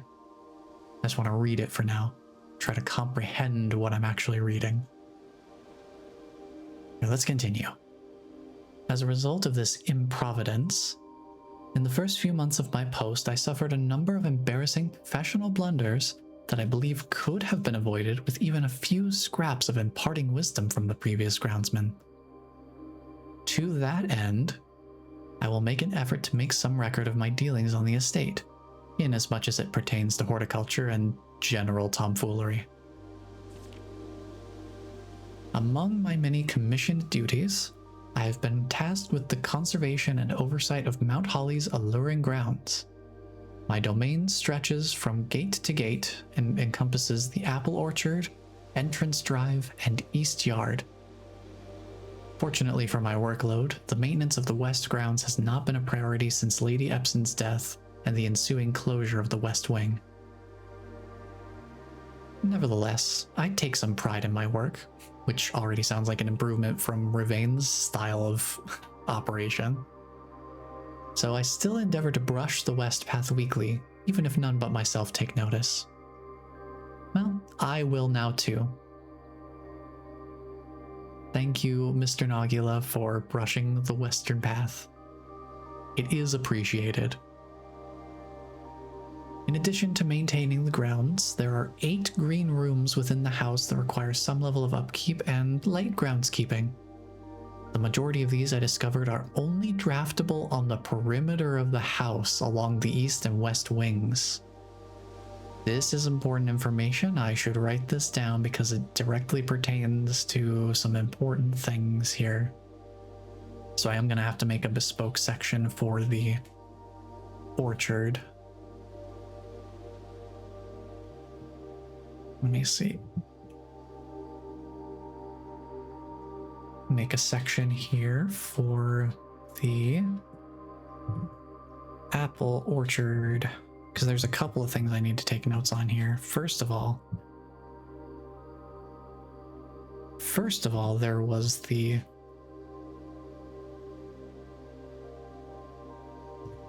yellow switch. Yellow switch lights a blue flame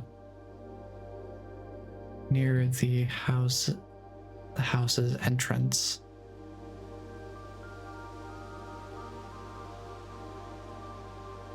It looked like there were 3 others, so I want to see. I did notice that there was some sort of piping that led to the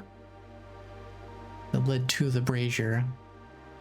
So I want to see if I can maybe trace the other 3 when we go back there. Let me write this down. So, groundskeeper's log kept by Robert Nagila, which is Ravain's replacement.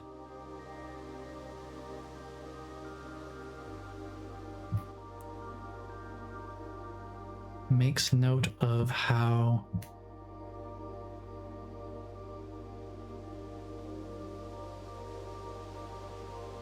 let's see, terrace, patio, veranda, morning room,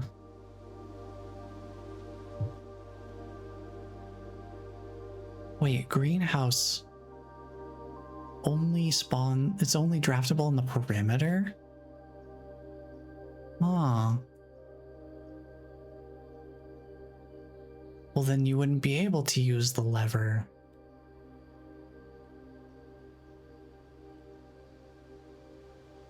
Weird.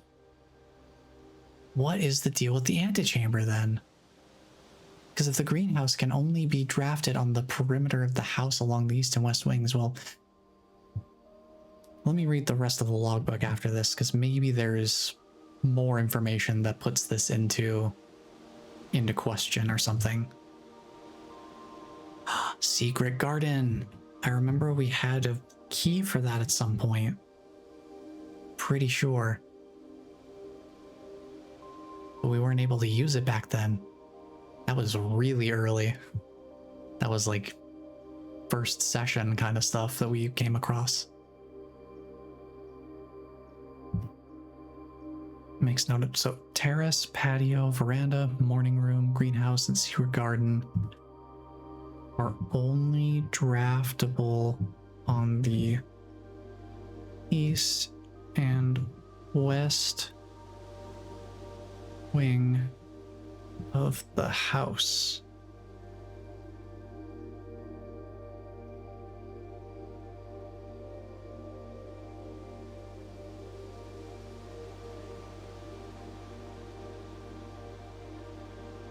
I'm just gonna add bordering the perimeter just to make that more clear.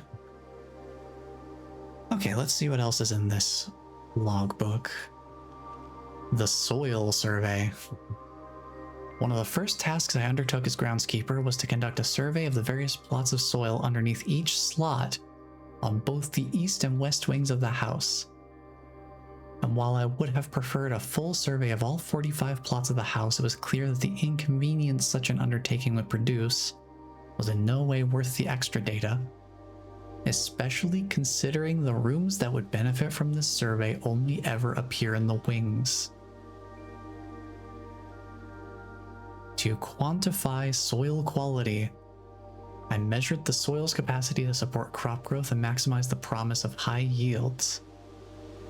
The survey ended up taking 2 weeks due to some difficulty reaching the higher ranks, but the project was well worth the effort.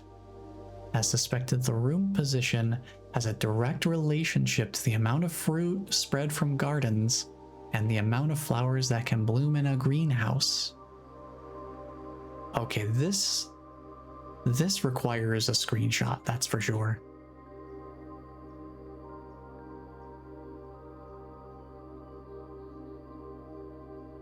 I'm not gonna put that in my notes right now. That's gonna be interesting, because remember the thing we saw in the security room that one time, we drafted it where the X is right now, that barren ground area. That was marked with an E, I think.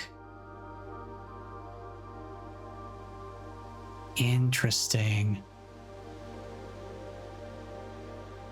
The amount of fruit spread from gardens and the amount of flowers that can bloom in a greenhouse. This must be important in some way. That's going to require further testing. looks like the east wing has a generally more favorable spread for sure. Oh, smudge pots. Okay, so this is the valve that we switched over. A few years ago, the Baron made the long overdue decision to switch from gas lighting to electrical power. The installation of the new system was a substantial undertaking, as almost every room in the house had to be equipped with new fixtures and wiring. Thankfully, these renovations did not extend beyond the mansion's interior, and all the lamps and equipment used outside of the house are still connected and powered by gas line. Including but not limited to the orchard's smudge pots. The smudge pots found among the apple trees here in the orchard are a critical necessity thanks to the cold temperatures and high altitude of the estate. These gas-burning stack heaters prevent frost and should be kept on during the winter months to ensure a daily yield of apples. When the smudge pots are not in use, the orchard's gas line should be turned off to conserve resources for the estate's other gas-powered machinery and appliances. Okay.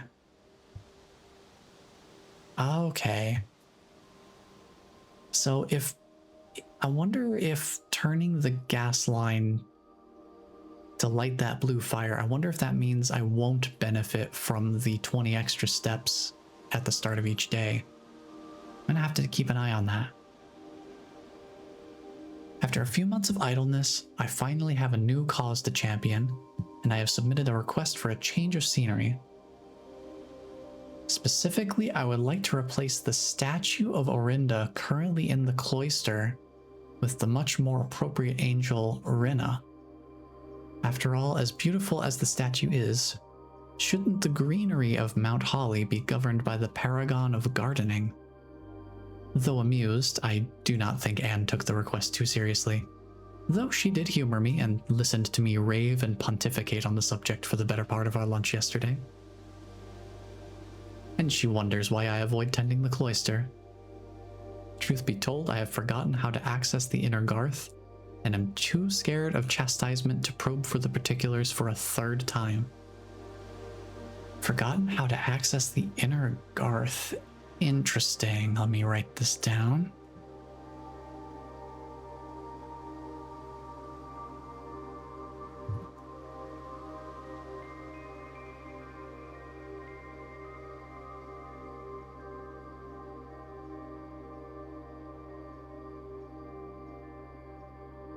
The cloister has an inner garth that they have forgotten how to access.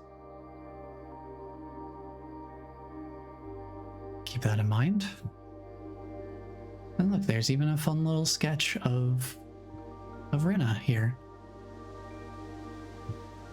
And that's one of the stained glass depictions in the chapel, as they mention here as well. And that is the logbook. Very useful stuff in there. See, I'll have to see about whether I get the extra steps when the smudge pots are off. I don't know if that matters. I want to go check that area that had the fire light up, because I would like to see if I can trace that pipeline anywhere else on the estate.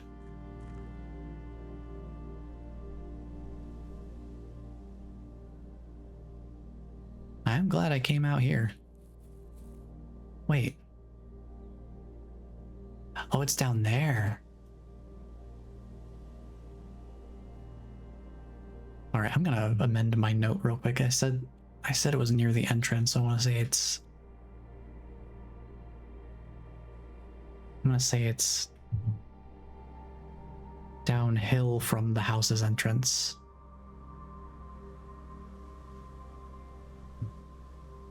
I'll be a little more clear with my writing, since downhill from the entrance would be over this way more clearly.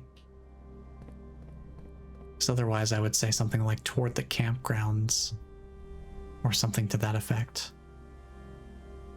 So you can see the connecting pipeline here.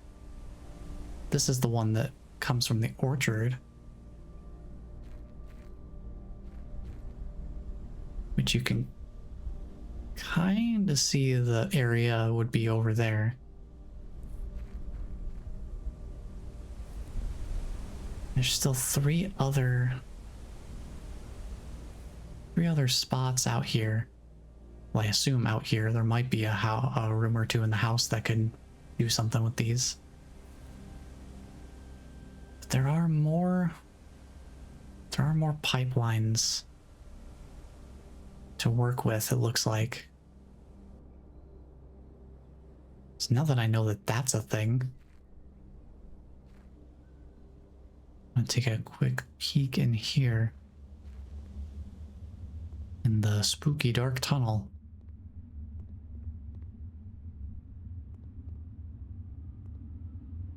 I wonder if there's a way to light these torches, because it is oppressively dark in here, and I feel like lighting those would potentially reveal something important.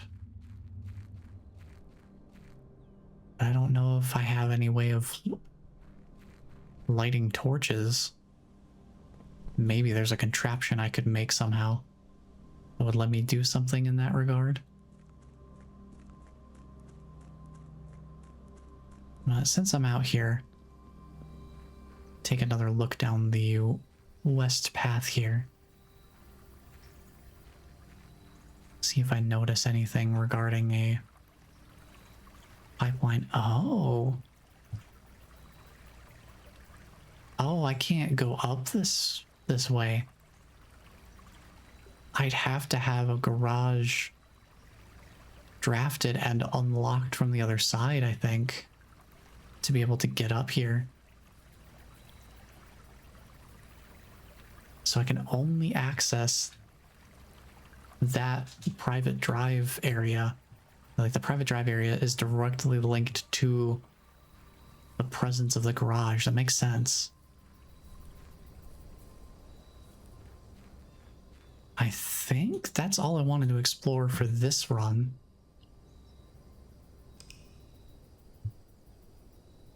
Good discoveries, though.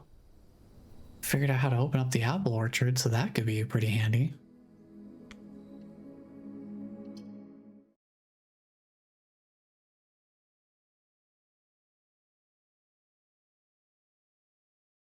I wonder if the fire stays lit up between days. I'm gonna be heading outside to draft the outer room anyway. Oh, look at those extra 20 steps. Oh, we can cover so much extra ground with that. Well, that's so good. And the fire is still lit up. Hopefully we don't need the smudge pots too badly. Hello, bird. Goodbye, bird.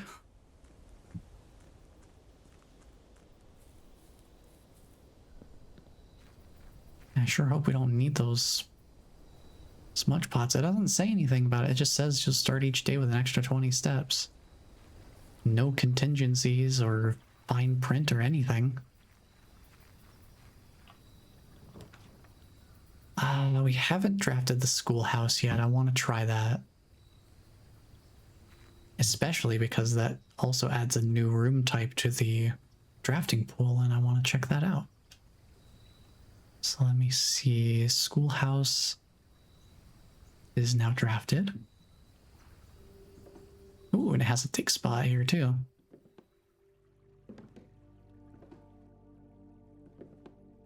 Herbie.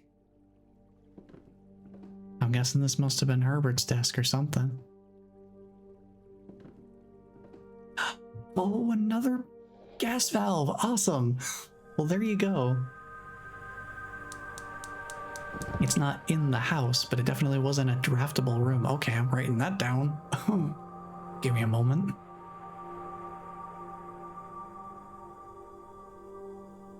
What did I write down for the apple orchard?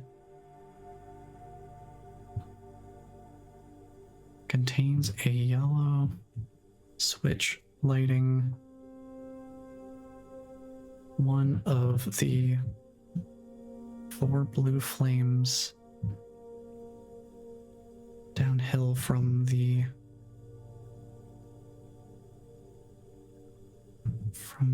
house.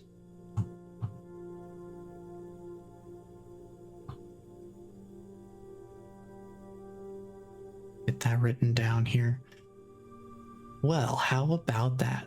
We just found out these things even exist, and now we're getting a second one. That's 2 out of 4, I assume. Well, let me take a look at these notes. Okay. Oh, the closing address. For the last 38 years, it has been my pleasure of serving as your schoolmaster in this humble little facility. And meager as it may look by modern standards, I think most of us who spent our afternoons here will readily admit that we are reluctant to see this small piece of Reddington history go. I first wish to thank Lady Epson, our most gracious host today, not only paying attention in my classes those many years ago, but for all the fundraising she has done on behalf of our community and our children. Without her, Reddington Elementary would still be a distant and blurry vision, a vision that I dared not even dream. That dreamer is, of course, the incomparable Mrs. Peterson, our future principal and my reluctant successor, who, I might add, forced me to give this speech, so I think I'll end my praise of her there, though she deserves much more, I'll admit. To the architect of our new school, the Baron Sinclair, thank you for following in your father's footsteps in building Reddington yet another school, and for also allowing the use of your own private residence and floor plans to serve as our interim facility until the new campus is completed in March. A decision I'm certain he will immediately regret tomorrow morning when he hears the children running through his halls. There's a reason that he made this an outer room. And lastly, I wish to thank all my students, many of you here today whom I have not seen in years, whose faces I still remember as young and manners wild. Those here whose parents before them I have also taught, and whose children I may yet. Without you, I would have had a lifetime of quiet peace. And yet, what is all the peace in the world if you have no one to bestow demerits upon?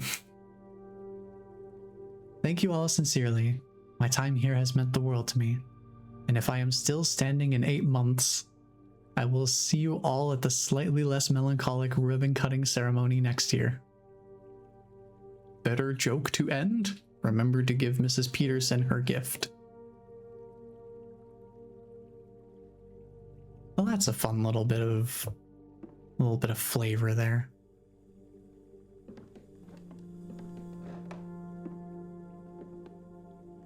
Oh man, if I could take this lantern with me and somehow use it to light the torches, that would be cool. But I suppose we'll settle for having enabled another one of the blue flames. And there's a dig spot out here if that matters. For any particular purpose later on. I think it's probably just like the other dig spots where it's a possible loot area. But yeah, that's 2 out of 4 of those fires lit up.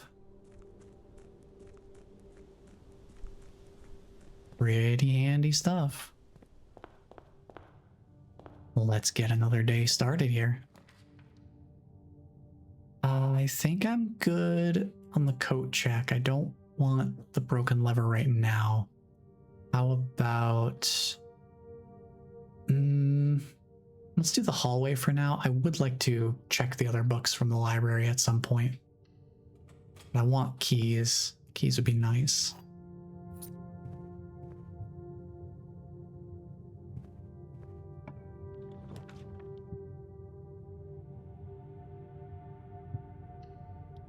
And get more keys. Keys would be nice.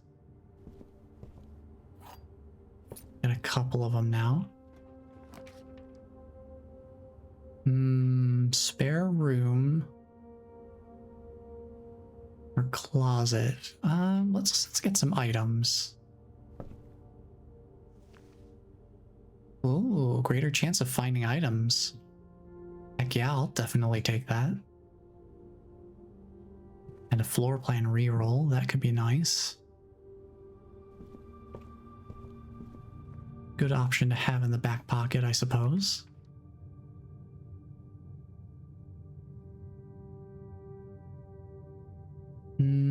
Let's do storeroom. I want to get a gem. Oh, there's that swim bird illustration now. Sure hits different after actually reading the book, huh?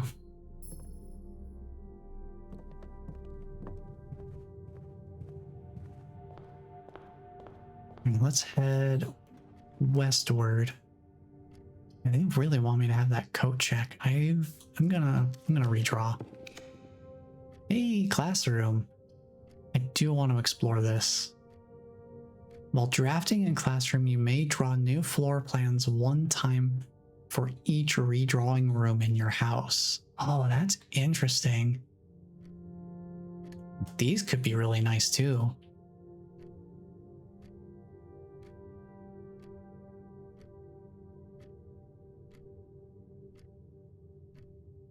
So it's like the same effect as the drawing room floor plan. It only has one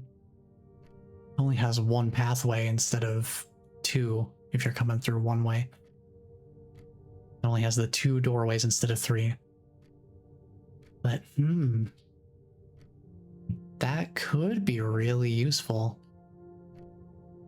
The kind of thing you have to have the gems to stack up multiple classrooms. Yeah, very interesting. I do want to check it out just because it's a new room.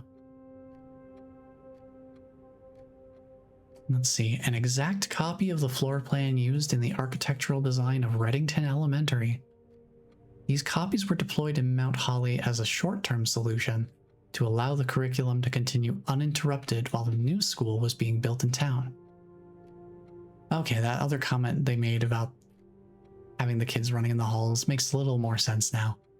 I forgot about the classrooms needing to be drafted into the main house. So let's see, where does a classroom fall in the order of things here?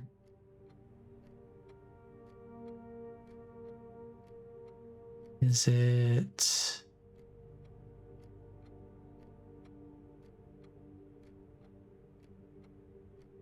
Where is it at?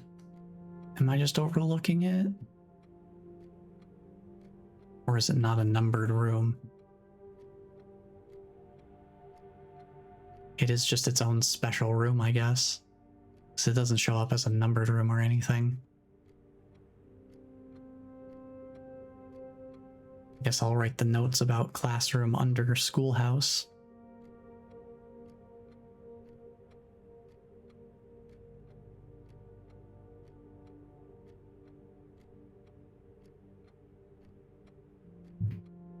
Let's see, classroom, what does it do? Let me back up here. Let's see, it costs 1 gem to draft.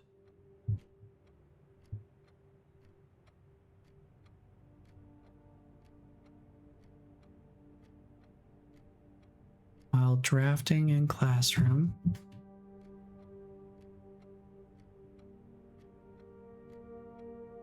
you can redraw once for every redrawing room currently drafted.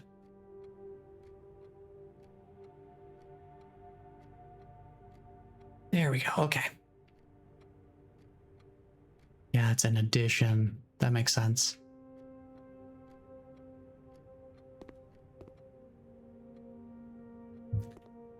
And here's the colors. Yeah. Yeah. They use violet. They're using violet and purple interchangeably. But I guess this is also a good test to see if you need the color accessibility features enabled or not. The color worksheet. Fill in each object below with its correct color. But you won't let me color. My favorite color is... Gosh, I wonder, the game is called Blueprints. I wonder what the favorite color would be.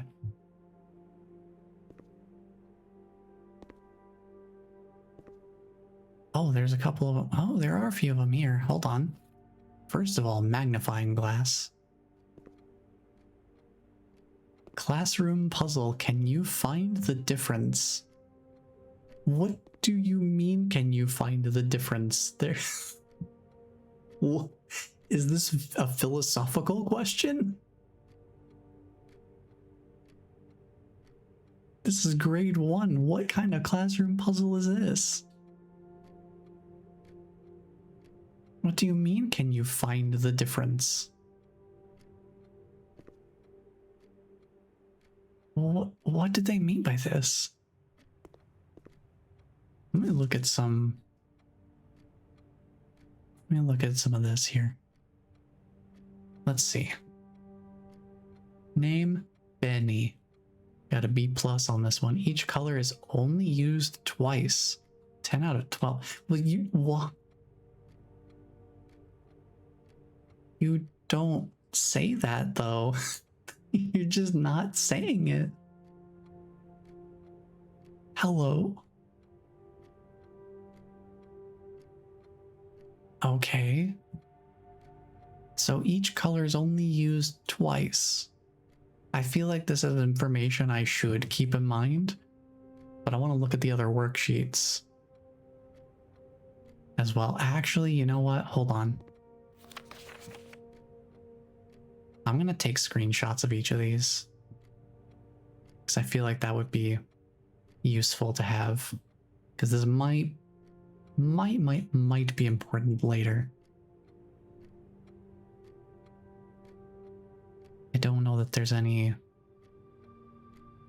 secret details here. Nothing comes to mind, at least. I don't see anything. The flags are interesting. I wonder what each of these symbols means and why different colors would be associated with them. Why is the 8 turned sideways? Hello? This room feels really, really bizarre. Grade 1? And you're already introducing esoteric classroom puzzles and the concept of infinity? Okay. Let's see. Yeah, no kidding. Caleb's favorite color is red. Holy cow. They didn't even bother with any other color. It's literally, they only used red. 2 out of 12. Oh, this is gonna be important. If nothing else, just for the sake of solving this worksheet. 2 out of 12. So none of the flags are red because the wagon and the hydrant, I assume those would be considered correctly colored red. And those would be the only 2 that are used. Oh, this is going to be interesting. They didn't even give a letter grade. They just said you must really like red. They didn't even give it a B+ or anything. Freddy. Are you ready for Freddy? Because I don't know if I am. B-. Yeah, a 9 out of 12 on this. Favorite color is red. Why did they color the blueprint yellow? Interesting.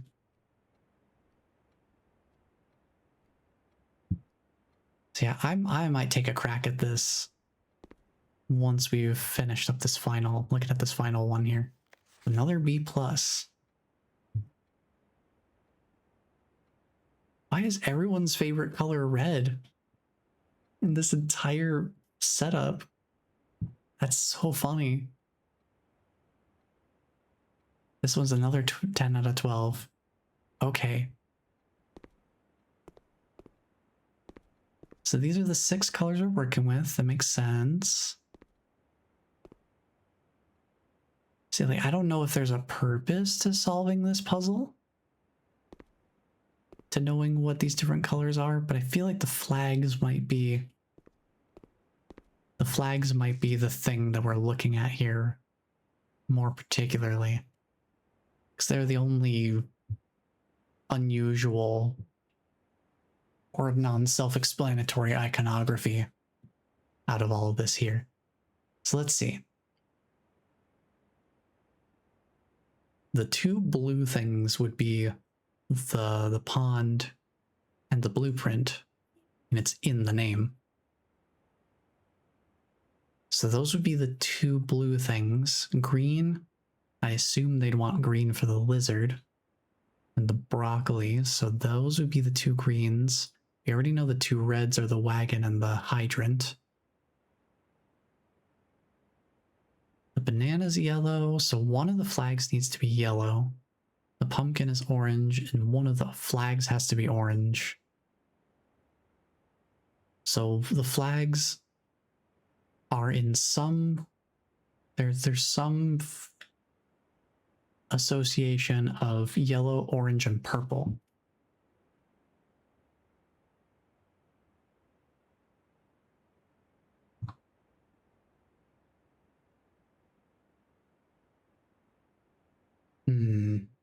Let me write this down in my miscellaneous notes.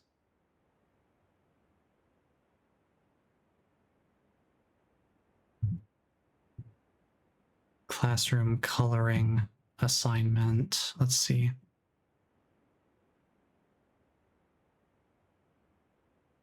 Let's see. The 3 flags are some... The 3 flags are colored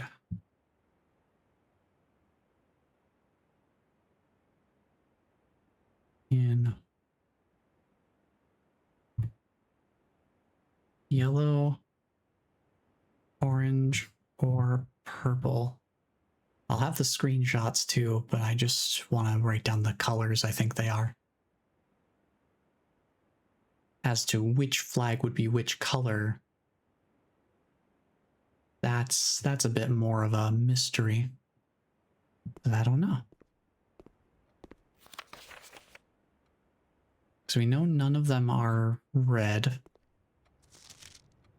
Each color is only used twice, so they colored... Okay, let me think about this. So they colored the lizard the wrong color. If we're going with their... with, you know, creativity is not allowed. We're just only doing correct colors. Let's see. So if this red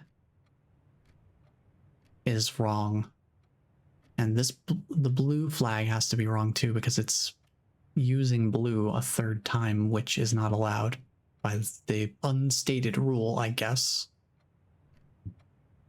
that each color is only used twice.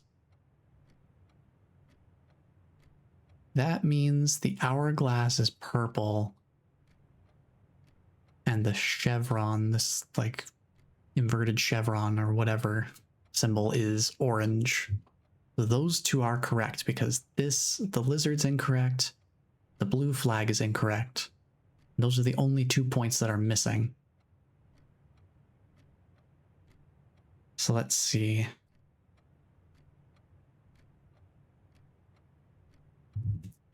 Say chevron. Flag is orange. And And the hourglass flag is purple. I wonder if that's just related to the bedrooms being purple and their like resting places, and that's sort of loosely associated iconography. That would mean the orange ones would be the hallways. I guess you could kind of think of that as like a directional arrow or something like that. I don't know. That means that that sort of mountain flag, that has to be yellow then.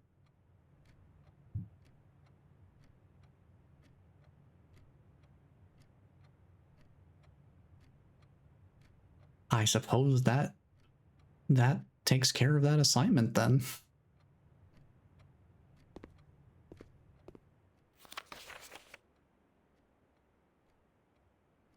So if we look at this one, the 9 out of 12, assuming the orange flag is correct, they've miscolored the blueprint, the lizard, and the hourglass flag, which means that, yeah, this is yellow, this is orange. Yeah, that makes sense. This one being 10 out of 12. They colored all the objects the correct color. So that would mean that one of the 3 flags is correct, and since we already reinforced these other 2, yeah, the yellow. Yep, makes sense. I understand. I understand how the colors are associated with the different flags now. Whether that's useful in any capacity, I don't know. But hey, we know what color the flags are supposed to be now. Maybe that'll come in handy if we find another classroom or something. I have no idea. Oh, redraw total 2. Nice. I think I will make a den because we don't have any gems. And I'd like to have at least something to work with.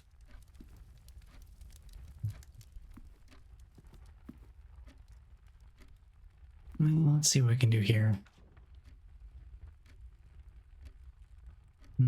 I would like to draft a library. What would draft in this direction?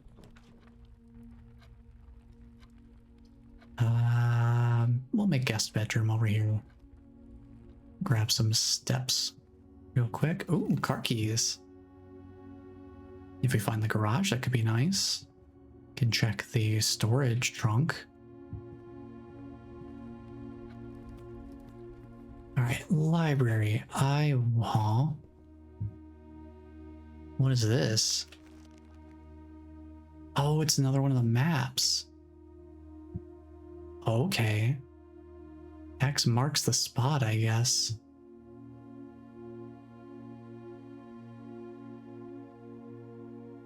I'm gonna snag a screenshot of that real quick. I feel like this is probably only applicable to this specific day, because it's in the temporary inventory.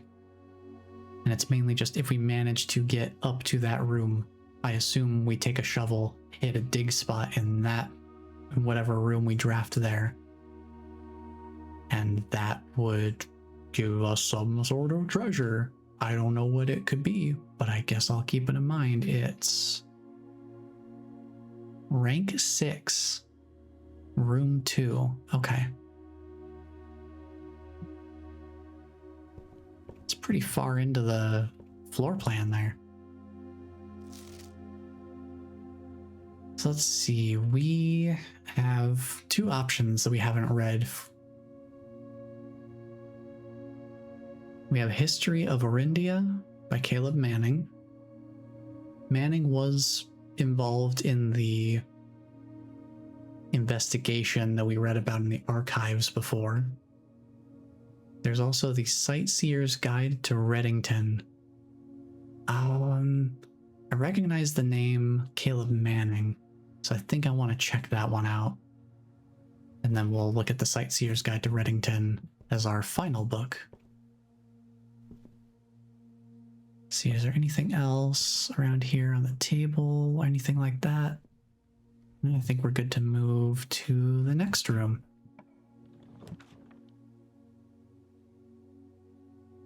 Which I suppose will be the aquarium, because I don't want to use up a coat check and completely block myself off.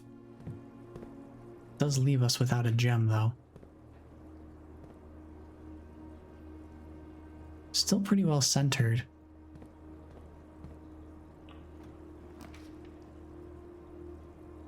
I don't want to get dead-ended as much as I'd love to go into the parlor.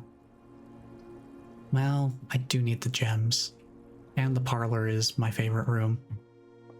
So, hey, check that out. Coin purse. Gives us a bit of a marginal increase to our coin acquisition. Okay, parlor time. Empty your mind of anything that isn't logic puzzles. Logic puzzles and breathing. Gems are in the white box. Statements with the word white are always true.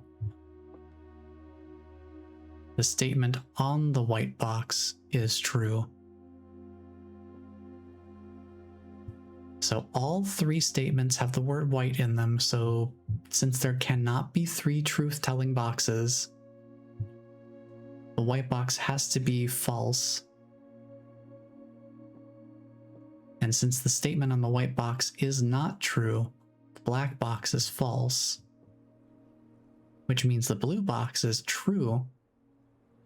And it says the gems are in the white box, so we're going to open the white box. Ta-da! There you go. Now we have gems.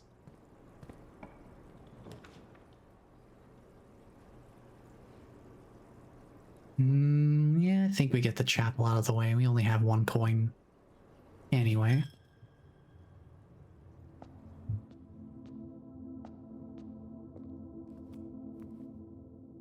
Take a look around, see if there's anything going on in here. And there's that depiction that was mentioned in Nagula's groundskeeper logbook. They wanted a statue of them in the cloister. Which I haven't been there yet. I have not been to the cloister.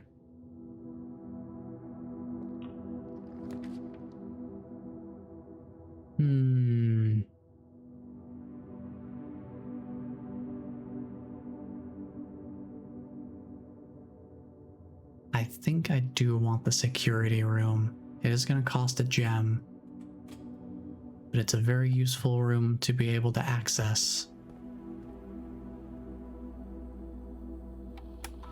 Because we can affect the keycard system. Set the security level to low. Set the offline mode to unlocked. And we can check the estate inventory. Looks like it's all clean. Good stuff. Don't think there's anything else around here.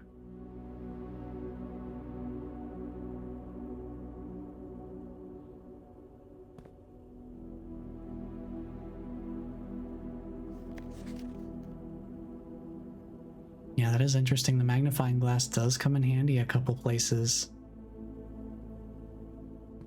I wasn't sure if it would work on this scribbles, but I'm glad it does.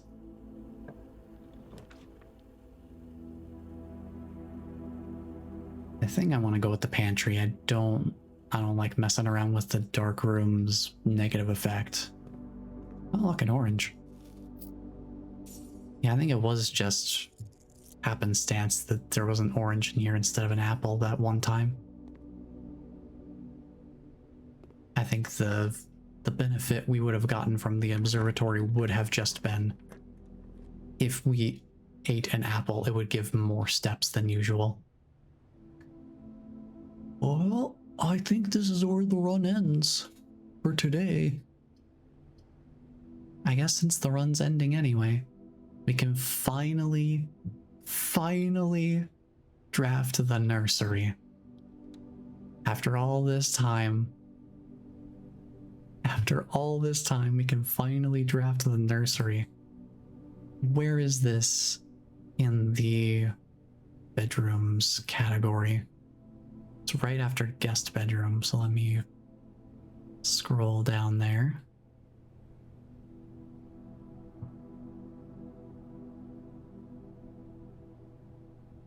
I don't have an entry for the bunk room.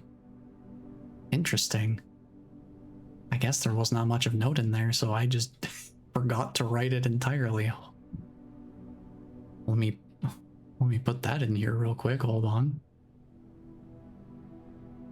I don't know why I didn't write this one down.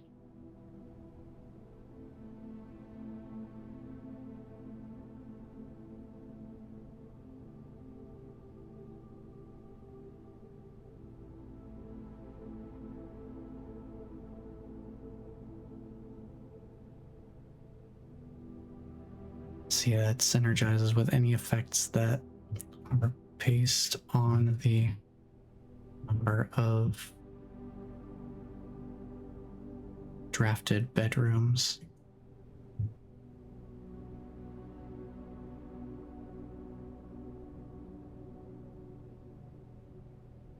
Or like. Okay, and then we put in the nursery here.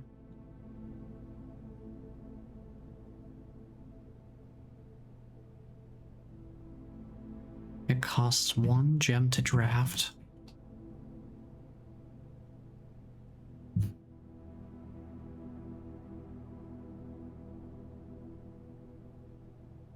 And then the effect of it was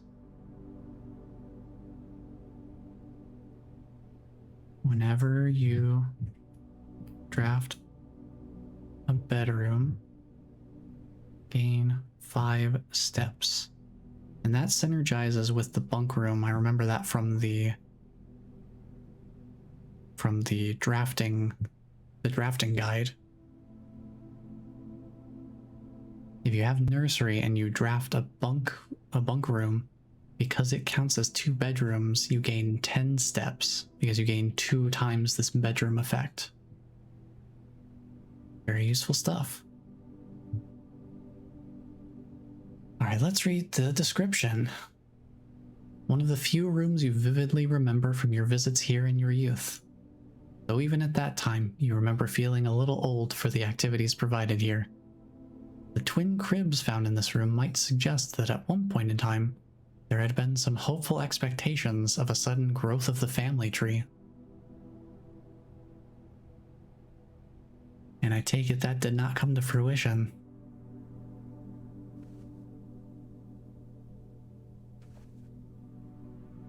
It's a cute little space. I love the little dog figure on the floor there. Oh, here's the other. Oh, the Red Prince. Oh, the other Marion Marigold book. I can't wait to have my soul torn to shreds again. I'm sure it's gonna happen. Move this magnifying glass a little further out of the way. All right, story time. There was a red prince who sat on a red throne. He had a red crown made of rubies and a red castle made of stone.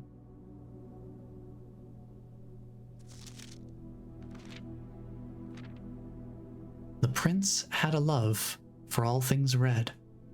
It's the only true color, the prince often said. I'm seeing the synergy here with the the schoolhouse and the classrooms. The classrooms, I see the red wagon and hydrant here, and also the fact that every single kid's favorite color in that classroom was red. I'm sensing a little bit of bias. He could not stand the sight of a canary or a crow. He could not stand the white of a swan in the snow. And he never looked up for fear of the view. He had heard that the sky was not a red hue. So he always had a book to turn his eyes down if he was ever outside when the clouds weren't around. And do you know which book the prince always had? The one that made him happy whenever he was sad? A story he had read in the bath and the bed. And maybe you can guess with the clues that we have said. It was the story of a boy who also wore red, and he looked like our prince from his toes to his head. And as you, my reader, might already assume, this book is quite near you, in fact, in the same room. This is a little bit Inception-y here.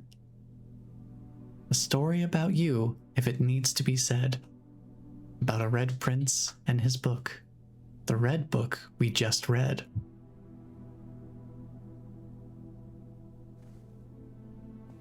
A fun little children's story.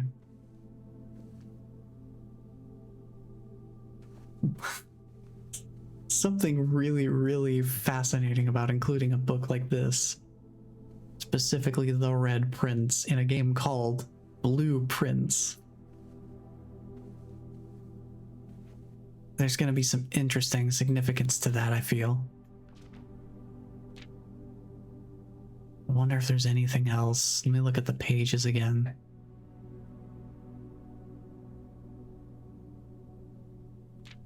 I wonder if there's a particular reason for the color bias, if there's any meaning behind it.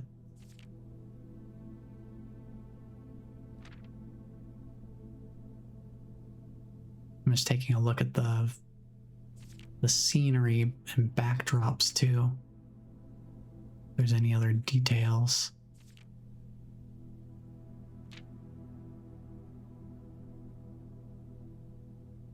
You can read the text if you put the magnifying glass over it. Very cool. God, that's so weird. So weird to have a meta narrative like that just sitting here in the nursery. Very interesting though that we got to read both of the books that Marigold authored. Very interesting indeed.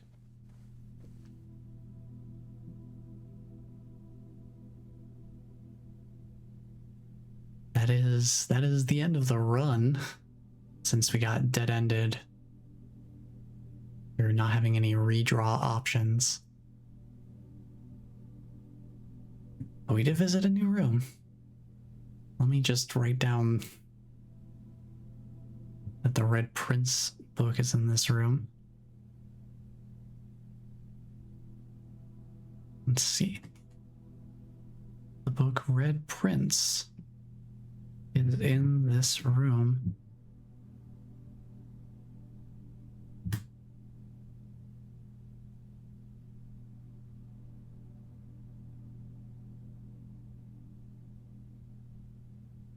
Okay. I think we do a new day. Because I don't think there's anything else that we can do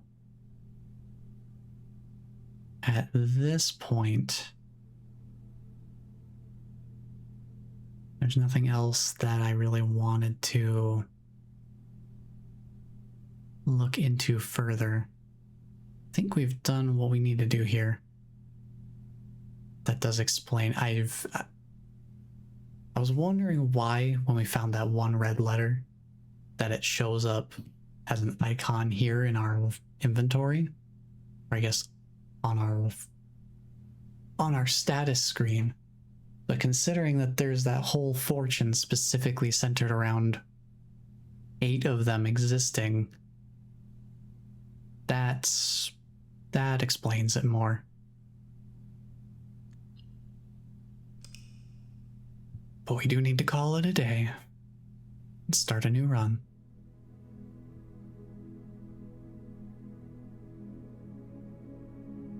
Ooh, Architect's Cottage, because we made 4 drafting rooms.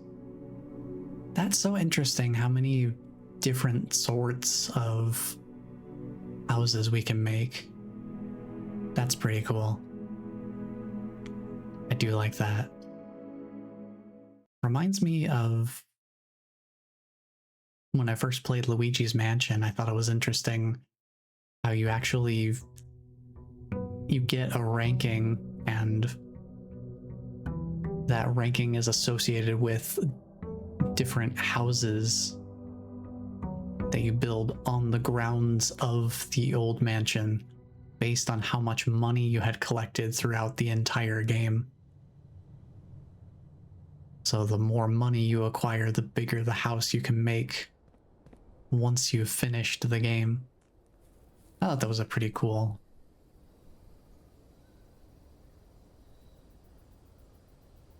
That was a pretty cool way of handling that ranking system. It's cool to have a little bit of a diegetic reward for it. I haven't drafted the trading post yet. The shelter is very nice, but I still want to experience new rooms. Let's see, let me bring myself back up to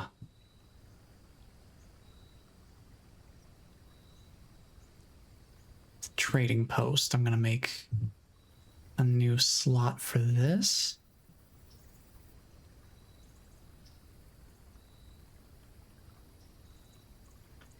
I need to reorganize these based on their order in the outer rooms here. The trading post. So schoolhouse needs to move up, it looks like. That needs to move right next to shelter.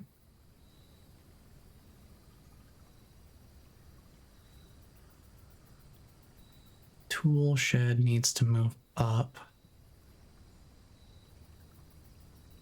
above shelter.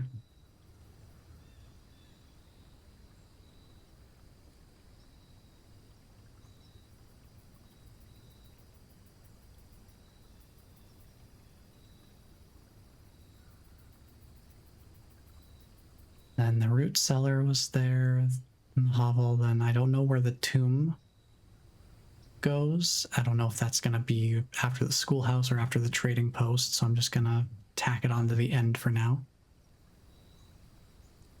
And then, did we see what the other one was? I don't remember.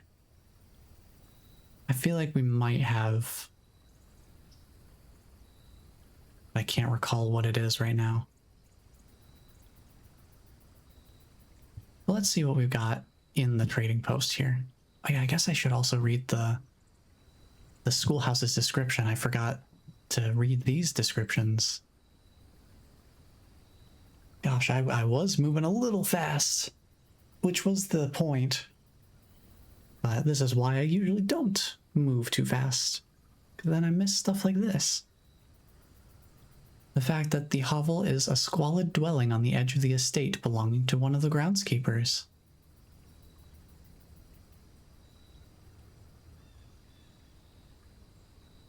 Or that the schoolhouse, long before Reddington Elementary was opened, school convened in a single small building. As the student body grew over the years, the need for separate classrooms for each grade arose, and the Mount Holly Schoolhouse was officially closed down. And the trading post, an outpost established on the outskirts of Mount Holly in the era before the New Realms. New realms. This station allowed the frontiersmen and trappers of these mountains to trade goods and services with the estate, the locals, and one another. Interesting. The new realms, you say?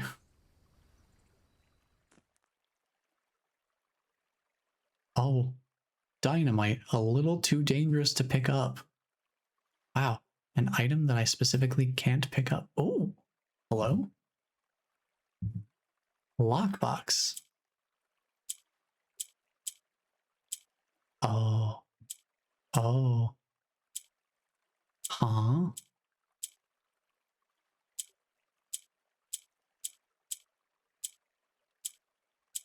How does this work? How does this work?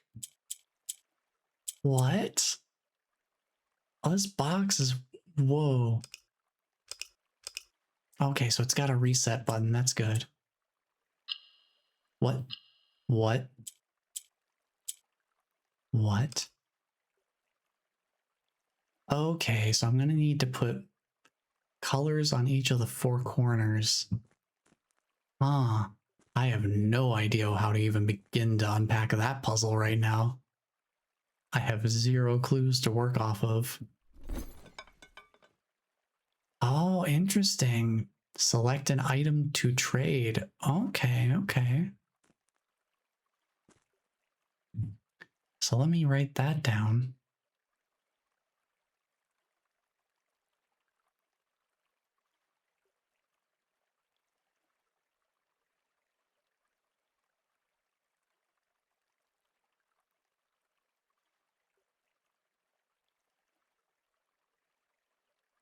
I'm gonna say also contains a puzzle box.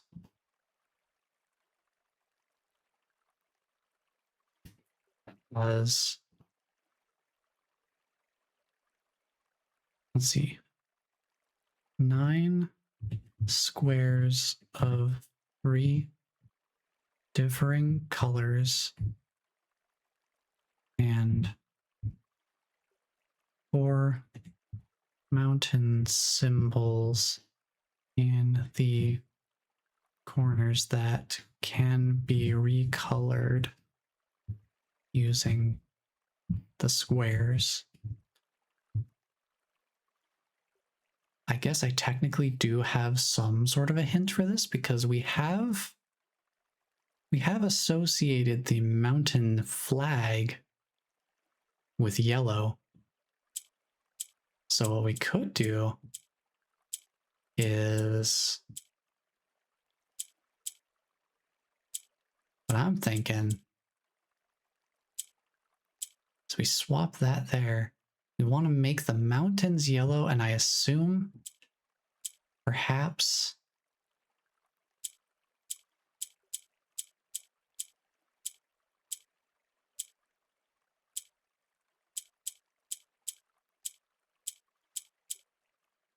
have the mountains be yellow. Okay, hold on. So if we move that up there, we move this here, move you down there.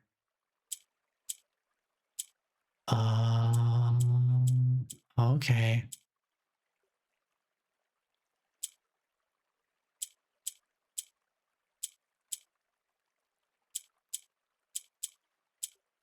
Okay, hold on.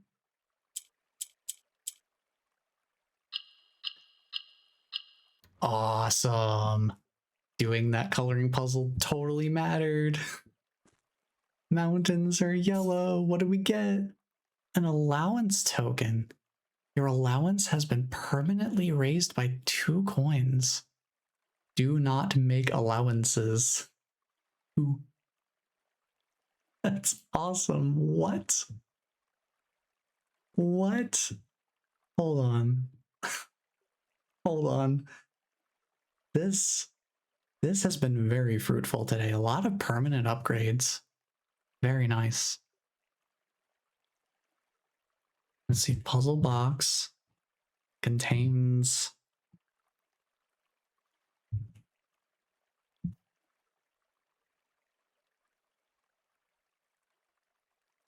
See that? Permanently.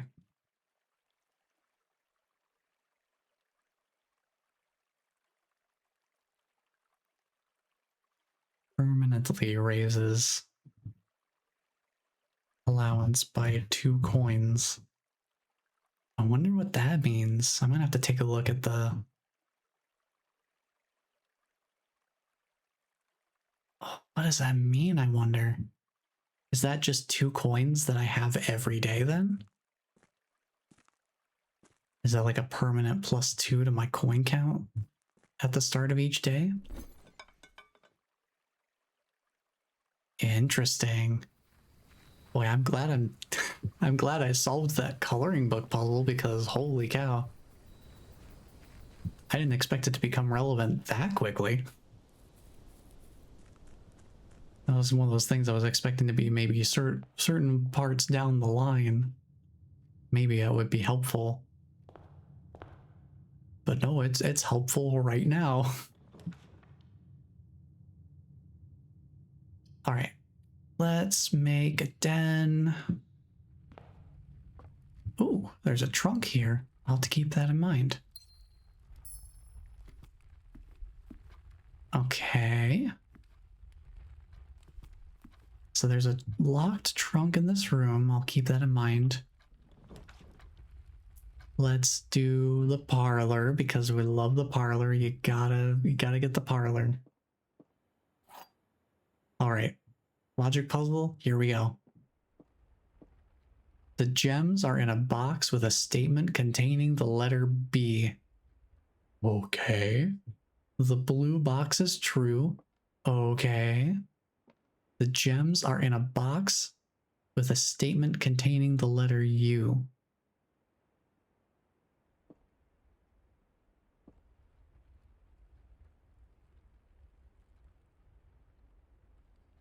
Okay, so there's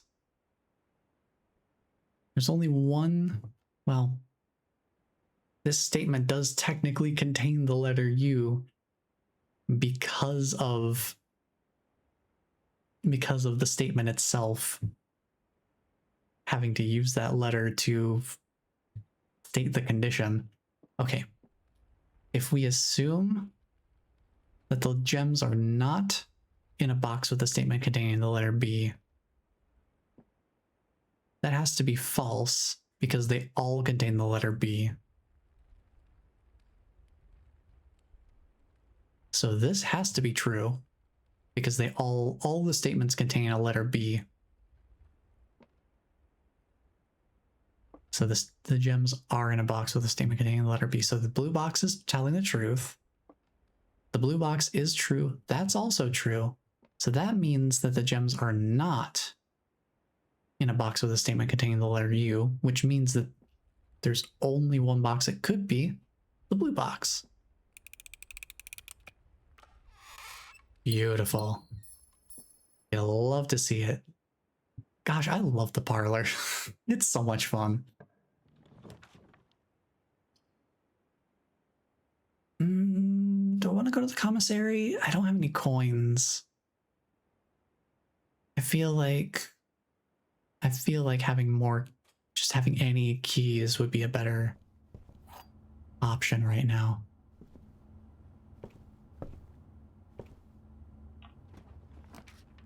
And then we can take the spare room, keep moving forward. I check my corners in case there's any fun little coins just hanging around, since apparently that's a thing that can happen. The pantry goes the other way.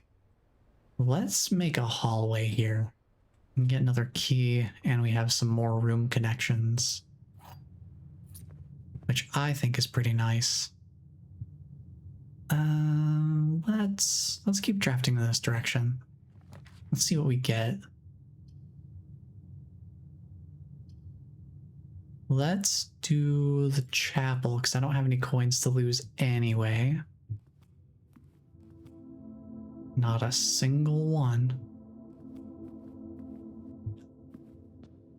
I don't see anything to pick up in here, so let's draft southward.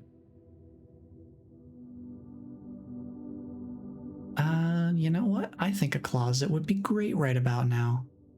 What do we got in here? Another key and a gem. That's pretty nice. Don't gotta worry about the chapel's cost. Let's do bedroom here. We do have a bunch of keys. I could go back to the den real quick. Let me do that. We have plenty of steps. Go here and then right and then left. Let's unlock this since we're really close by. Ooh, a pair of ivory dice. Nice. Nice, we like the dice. Not quite as keen about losing a coin to the chapel now that we have them. But it should just be the one-time cost. We don't really have any reason to backtrack. So it's not too bad.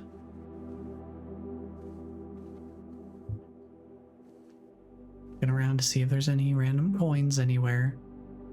I don't know if that's a quirk of the metal detector or if it really is just possible for coins to randomly spawn in little places on the floor. Just trying to keep a loose eye out for it.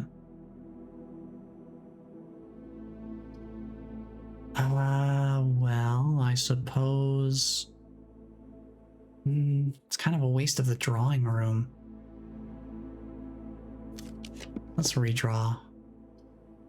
And we'll do the pantry. Keep moving forward. Do that here. I don't see anything else. No random little coins on the floor or anything, right? Just checking. But they really want me to have that storeroom. Let's see, drawing room, I think now is your time.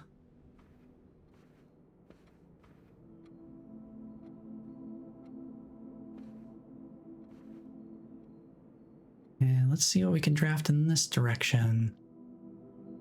We could do utility closet. I have been wanting to try out and see if I can figure out the VAC indicator puzzle. We do have a combination to specifically aim for here. I think I want to do it because I want to see what benefit that provides us. So let me pull up my notes for it.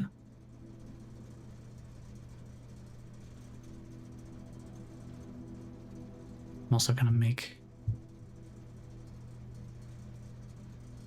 a note of I used the mountain flag being yellow. I used that for the trading post puzzle box, just so that I know. And then let me get my notes on the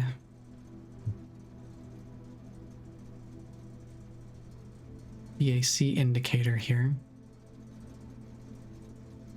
All right, let me take a look here. We're aiming for, we want from left to right, we want blank, blue, green, white, red, purple. Let's see. We can turn the garage on as well. Turn off the gymnasium. Might as well. All right, let's see here.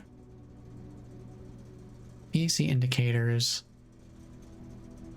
So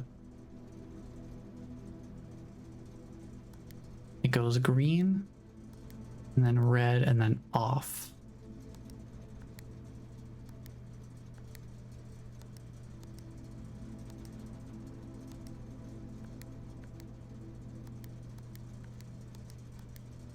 If I make them all green, I can make one into a blue. And if I turn off the blue, it transfers that blue to the neighboring colors.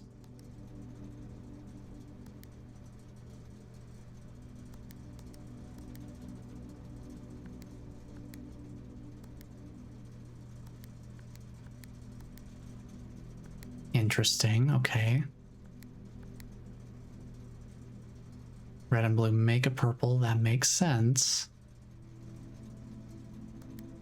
So if I take a red and a blue and make a purple and put a purple, purple goes back down to blue. Okay. So I think they said something about the white indicator can show up when all 6 of them have been made purple. So I have to figure out how that's possible to do.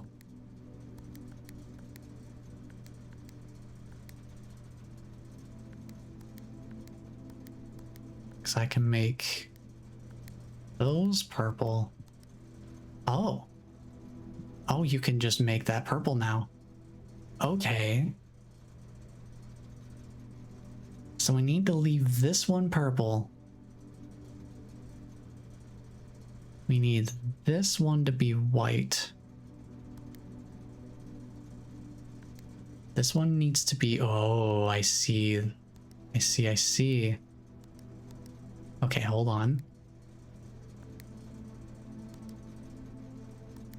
There's the purple.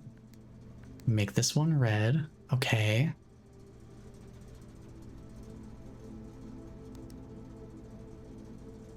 Take this down to a green. We turn... Oh my goodness. Okay. What is this? What is this? What is this? Hello? Just a straight up electrical breaker box. This is just not even a breaker box. This is power for the whole house? You're telling me I could just turn off all the power? Is there a reason I would do that? Hello? Hold on. Okay, hold on. I need to make a note of this. Activating this sequence opens the wall behind the breaker box.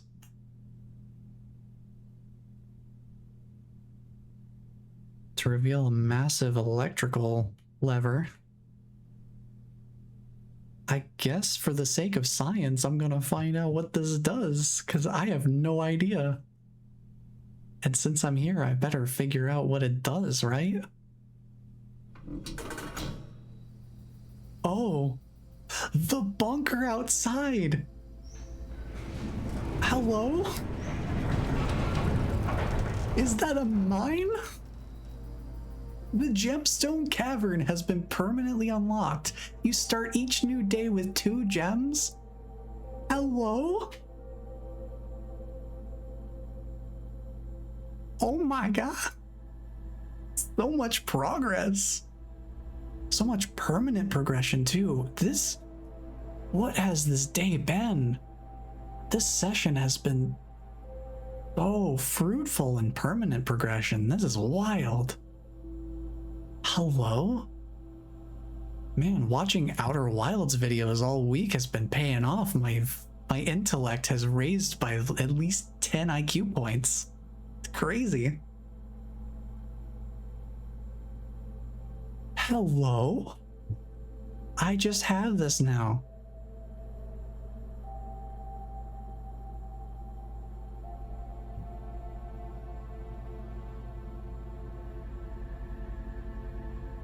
Let me see, this unlocks the gemstone cavern, which I absolutely am going to explore the next moment I have the opportunity to do so.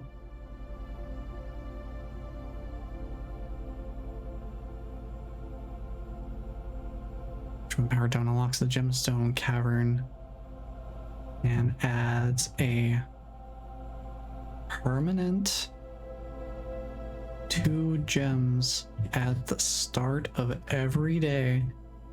That's crazy good. Being able to start with some gems right away, it means you have all 3 drafting options available to you from the moment you start. Because I think there's a very, very few rooms that have a gem cost above 2. And there are way more rare rooms to begin with.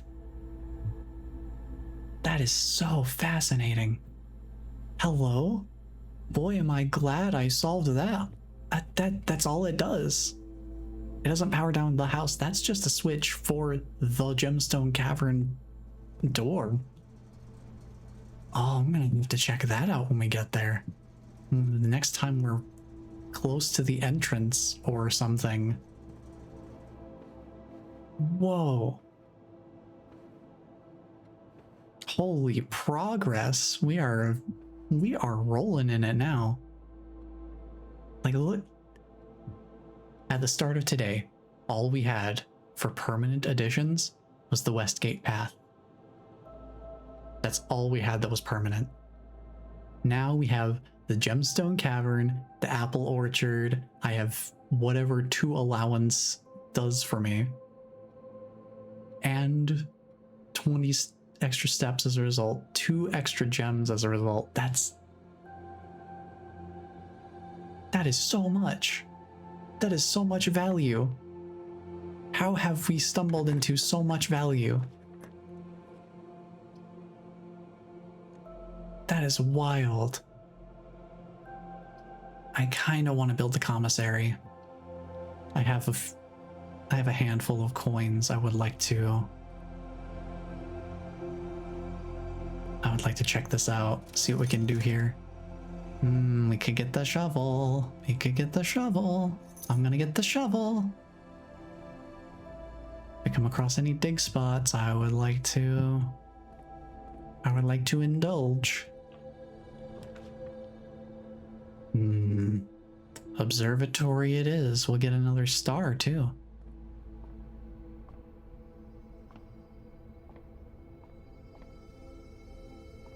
I wonder if they ever spawn items up top. I guess I should look.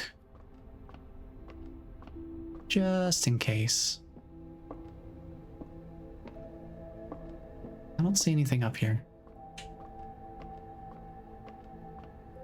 Let's see what sort of constellations we observe today. Oh, +1 key. Thank you. That's nice. I didn't need another key. We're kind of running low there. Oh my goodness. Let's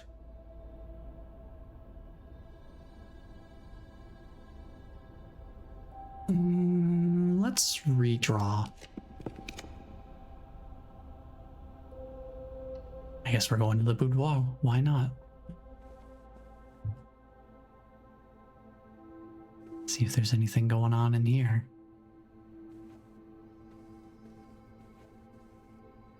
And grab the gem at least. And here's red letter. Red letter 4.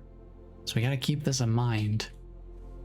Because now there's been, thanks to that 1 fortune that we got, there's been extra significance added on to the presence of this letter.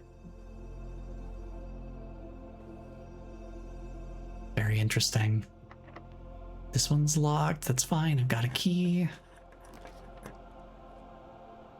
Showroom luxury items for sale. Hello? I don't know, man. I think I want to use the courtyard. I think I want to go to the courtyard. Oh, keycard door. Oh no. Found some coins. I guess that's cool. A sledgehammer. I guess that's nice. I can't find a keycard in one of these, can I? No. Because that's locked. We can't go any further. I don't have a key card. I guess we're gonna go check out the Gemstone Cavern then. Off we go.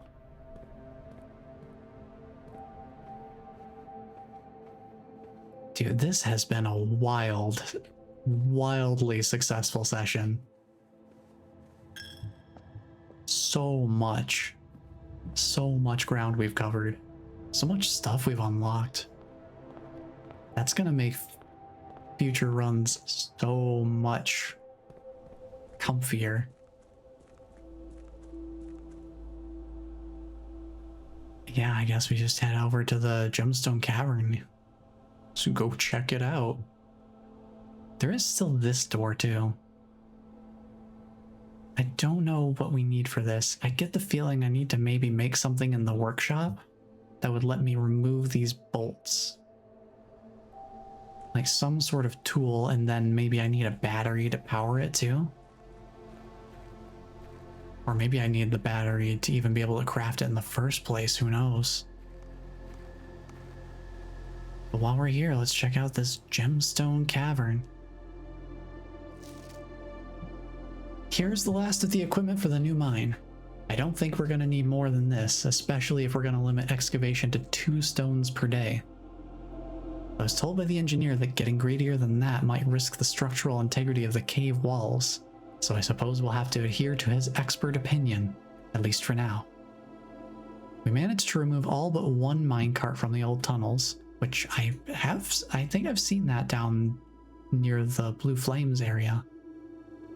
2 of which were too rusted and worn down to be of any use to us up here, so Dave went ahead and made the call to scrap them. I'm not sure that the foreman is going to be too happy about that, but hopefully you can smooth it over. Now, there is still one more cart down there, but it's locked on a short track and it's way too difficult to move from the reservoir side. It's a little bit awkward because it's blocking the passage, so I suggest someone move it from the other side if they can get it over there. Ah, interesting. The other side, you say?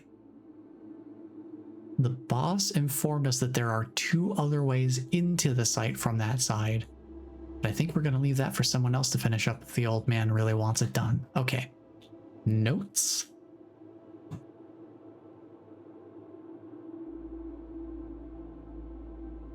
I'm just going to make a little section here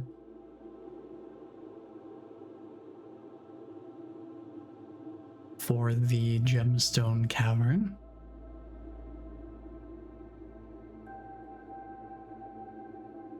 Let's see, note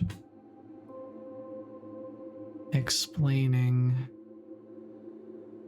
that there is an old mine shaft with a minecart blocking one entrance to the passage, and that there are 2 alternative entrances that could access the mine shaft from the other side.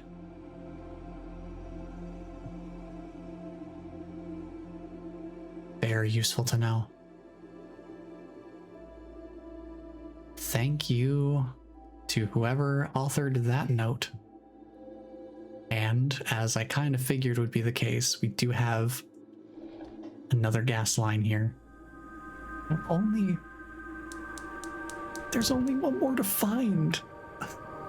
We made so much progress today. Hello? Boy, the exploration in those first 2 sessions, I guess, is really paying off now, huh?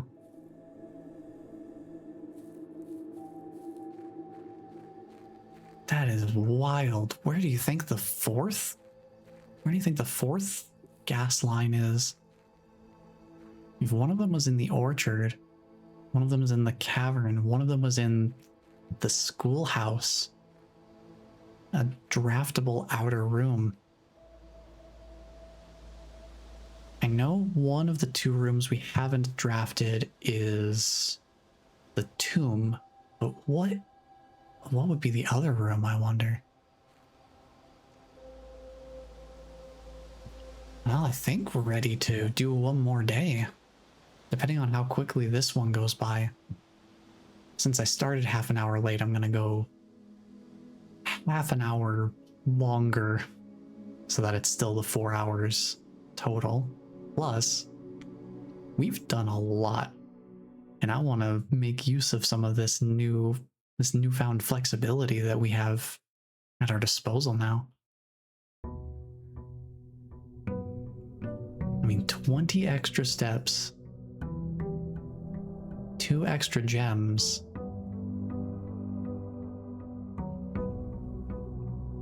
I don't know what the allowance does, because it doesn't translate directly into coins.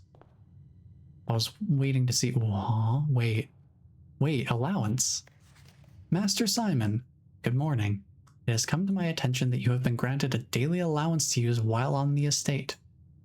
If it is convenient for you, I will leave the required sum here in the entrance hall each morning. Okay. So it's just translated to me slightly differently. If there's anything else you require, please do not hesitate to ask. Even though we have all been requested to remove ourselves from the premises during your stay, I can assure you I am still personally overseeing that the estate is at least operating at a baseline standard of service that I hope you will one day come to expect of us. Signed, Anne Babbage, House Manager. Well, thank you. It's actually really good that they make the allowance something you can pick up. I guess if you draft the chapel, you don't want that to be a situation where it's like, oh, well, now I just have to lose the coins. Interesting. Well, let me go draft an outer room first. This has been... I still can't get over how much we've done on this session alone. The shrine. I forgot this was here. Make an offering, receive a blessing. Absolutely, I'm gonna build this. Hold on, I gotta take my notes. So we're drafting the shrine. Obviously, we're drafting the shrine. Were there any other rooms that I drafted that were new last time? Aside from the schoolhouse, or the trading post rather, was the one I got last time. I didn't try trading items. Oh well. Not a big deal. I get the feeling it would either be you can sell your items for coins, or you can trade out items for different items. I imagine that's probably what it would be. Let me make an entry for the shrine real quick. I'm absolutely drafting that. Seeing what that does. Let's see. Make an offering. Receive a blessing. I guess let's see what they mean by that. A sacred silence permeates this candlelit cavern, whose flickering lights add to the holy aura shining down upon a meditative statue. His stone hands present forth a stone bowl to the devout pilgrim who may wish to make an offering of gold. Let's check this place out. Oh, nice. What a cool little room.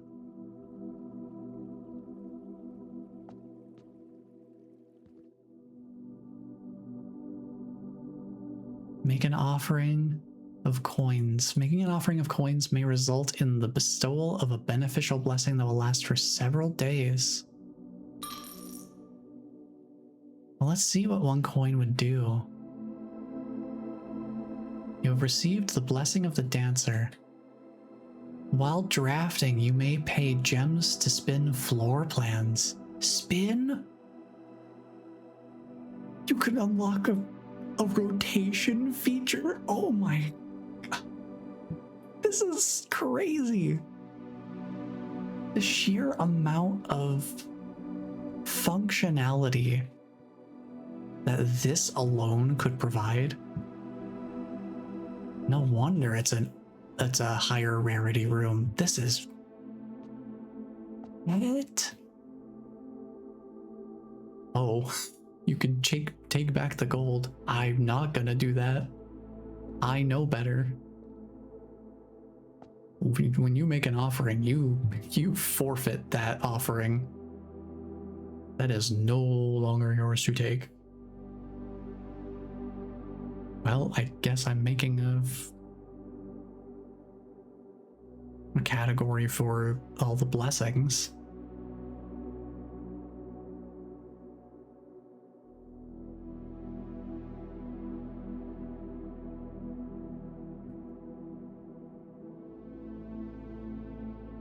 So whenever we come back to the shrine, I can make a note of each of the effects.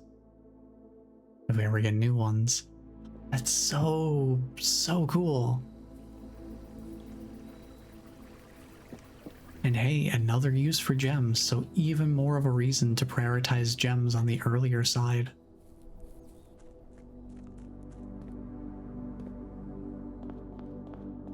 Oh, my goodness. There's so much. There's so much going on in this screen now. The screen used to be so empty, and now it's getting filled up with all sorts of fun stuff. Oh, look at that. Oh, look at that. Oh, that's so cool. Here, let's build a storeroom. I'd like to get a baseline. So, allowance, it seems like there's multiple ways potentially to increase that so that we can start the day with more coins, because allowance is its own little stat here, similar to the stars. Very interesting. So I wonder how the blessings system works. I wonder if it's more coins increases the chances of getting better effects, or if there's certain thresholds of offerings where you only can get certain effects if you offer a certain number of coins, or like above a certain amount. Gosh, so much potential just in that alone.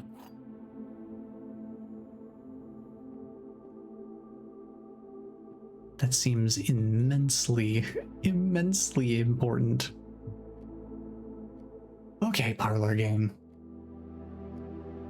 Gems are in both the black box and the white box. We know that's false because it's literally impossible to do. Gems are in both the blue box and the black box. Well, that's a lie. So gems are not in the white box or the blue box. Well, they must be in the black box then. Yep, didn't have to think too hard about that one. They made that one real easy for me. And let's build a bedroom here.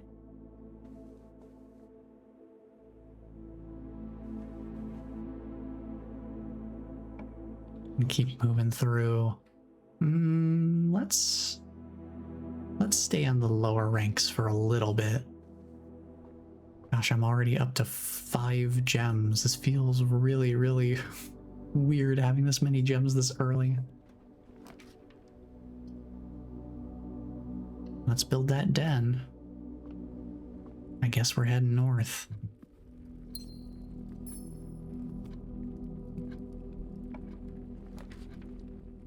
We could do hallway, get another key. I only have 1 key right now. Having a second one would be nice.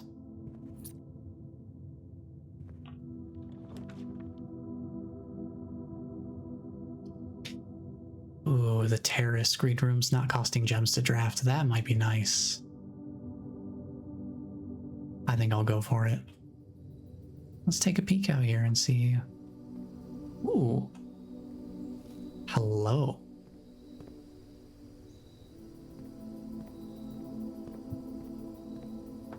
Just a nice little terrace banana, why not? Well, I guess we could do observatory. We're already making a bunch of permanent progression. Might as well add more stars onto that.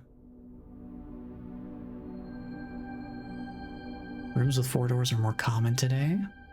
And Diamondus Minor. So we get another gem. Good gravy, we have 6 of them? Alright, it's once we get to 12, I gotta watch out for Draxus. So we still got a few more visits to the observatory that would be safe to pursue.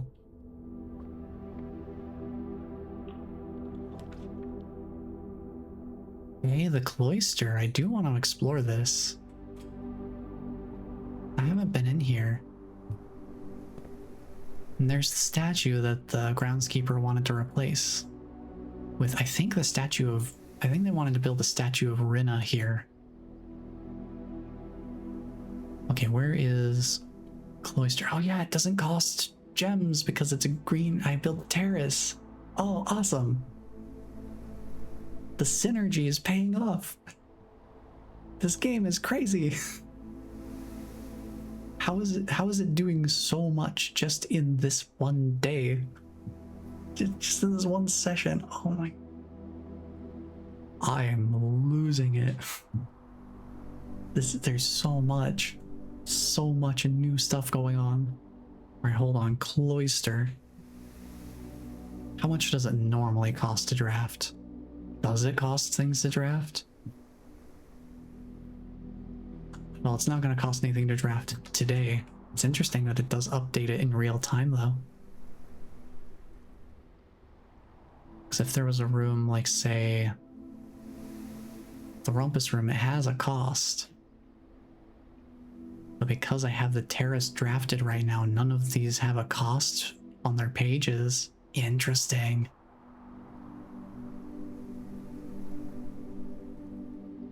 Well, I guess I'm just gonna put a filler in there. We'll do that later. Later point. Let's see. Cloister. Okay, so let's read this description. A covered walk and colonnade surrounding an enclosed and seemingly inaccessible garden. A solitary angelic statue in the center of the grassy patch provides this secluded court a hallowed atmosphere. Definitely. I would say hallowed is very fitting. There's a couple of dig spots in there. Would I be able to reach those from here if I had a shovel? I feel like there must be something like that. Let's go... There's a little more space to the western sector, so let's head that way. I don't know. I don't like either of these options. Yeah, the four-way rooms. It's really starting to go its negative sides right away here. Like a size changer. It's like, yay, cloister's great. Just a nice free open four-way room, and then you get the archives, and then you get the weight room. Not so great. I don't want to lose half of my 58 steps, but I also don't want to lose... I don't want to lose visibility of floor plans. That's awful. Archives, if you don't have the shelter, it's a death sentence. I'm drafting the nursery. I'm drafting the nursery. Get down from the cliff. Hey, we get some dice. That'll be pretty nice. For sure. What else are we looking for here? I think that's all in here. Let's go east.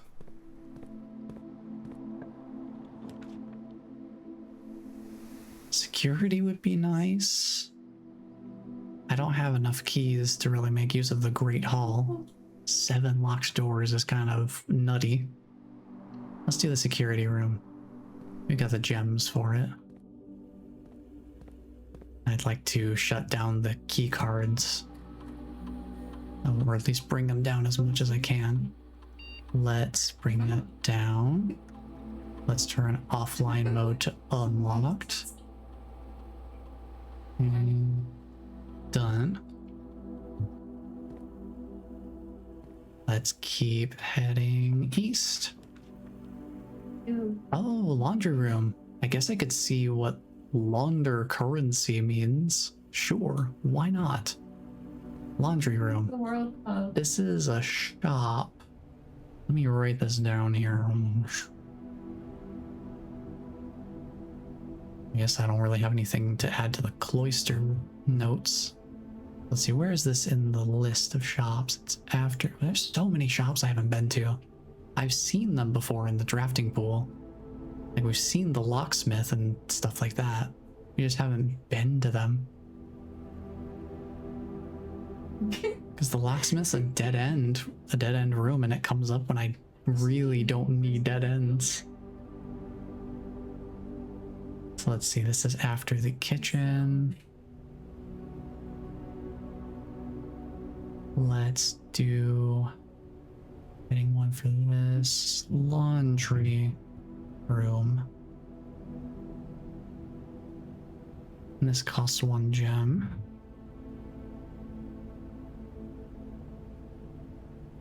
I'm being scared.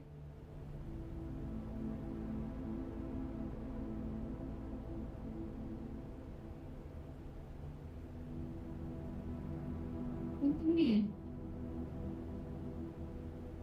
And then, let's see, I guess you can launder currency. I don't know what that means yet, so we'll see. See what that ends up looking like. But let's read the description here. Laundry room. A standard hub of domestic toil, complete with washers, dryers, and a state-of-the-art steam-powered unit leveraging the newly installed steam ducts leading from the boiler room. Despite its innocent appearance, this inconspicuous space is rumored to launder more than just linen. Okay. Well, if that's suitably cryptic enough for you. That's the biggest labeling for a bleach bottle I've ever seen. Oh. Okay. This is the new unit they were talking about, the steam cleaner. It's interesting. So they've got top loader washers, and then these are tumble dryers, I take it.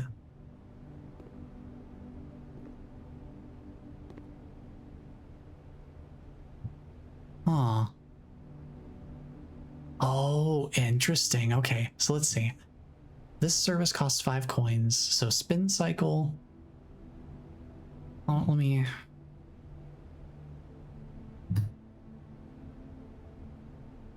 write down these options and a nice little, dare I say, a laundry list here.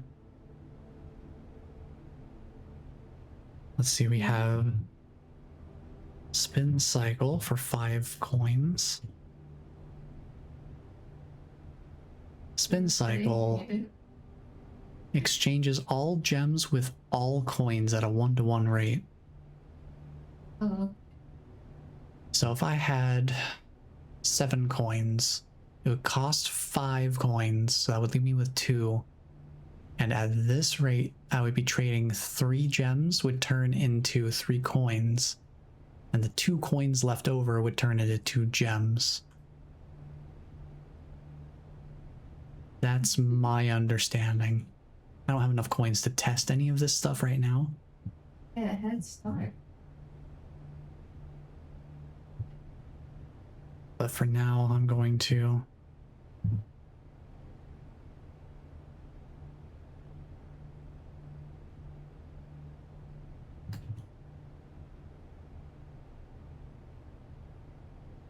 make a note of that as I understand it, and I can amend that later if testing reveals different functionality.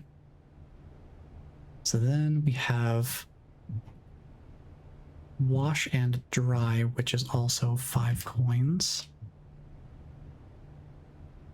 And wash and dry exchanges all keys with all gems.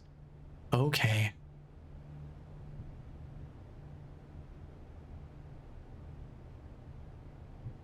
So I just take the same wording and just replace Replace coins with keys.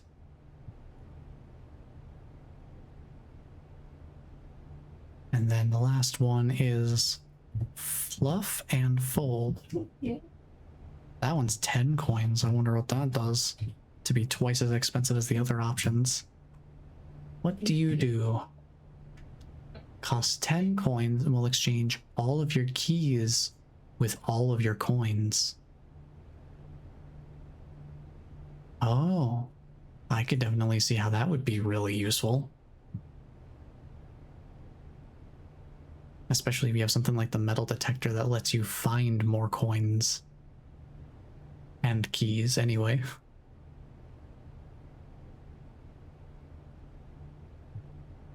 So this is all... turns all keys into coins.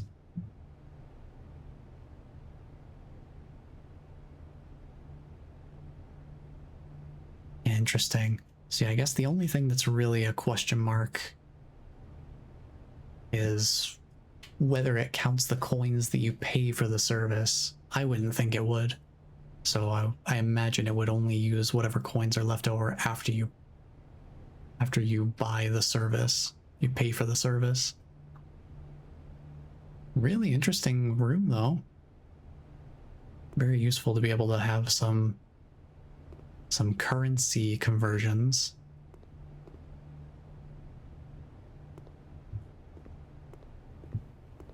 Yeah, pretty nice option to have available. I wonder if all I'm gonna I have. think that would be good for higher level planning.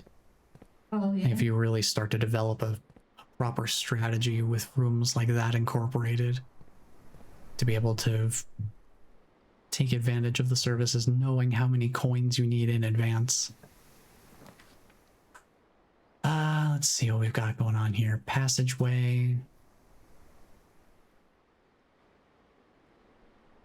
That costs a bunch of...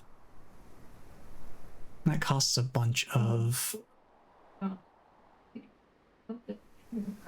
bunch of gems. I don't want to use all my gems right now.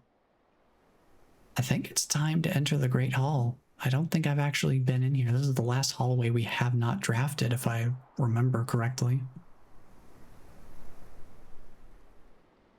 So I think in the interest of checking out new rooms,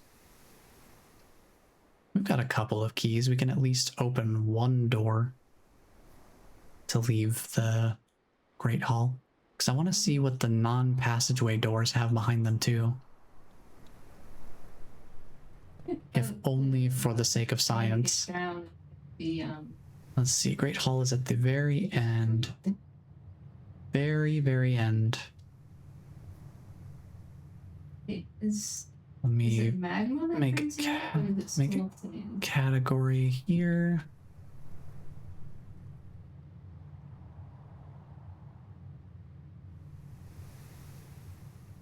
Great Hall. And this doesn't cost anything to draft. It just contains You're right. 7 locked doors. Let's see what... That makes Let me sense. read the description too. A room with many doors and even more choices. The Great Hall is unquestionably the largest hallway of the house, but is also the least useful, for the doors lining its walls are always locked, Maybe perhaps for a reason. You'll have to come back. So I take it based on what I'm seeing here, that the central doors will lead to different rooms. So let's go here. Oh, it's no guarantee. Oh, interesting. Oh, interesting. So it's just a chance. Interesting. Okay, for science, I have found out. I don't have any more keys, so that is the end of this run, which, you know, kind of works out because we are at the end point for today. But boy, we've made a lot of progress. Let me just make a note that there is no guarantee as to which doors will lead to room connections. Because if I had to guess, I would think that one of the 3 doors on each of those walls would have something leading to, would be an opening to the next room over. The door at the end of the hall, the other end of the hallway, I feel like that should be a guaranteed exit, I would think. Oh, yeah. I'm just gonna say requires further testing. Just for future reference. Okay. Yeah, I think that is the end of this day as well, because I don't have anywhere else I could grab any keys or anything. So I think that's, yeah, that's the day. If I'd thought about it, I could have used a key on this door and at least checked to see if the door at that end would be an opening, but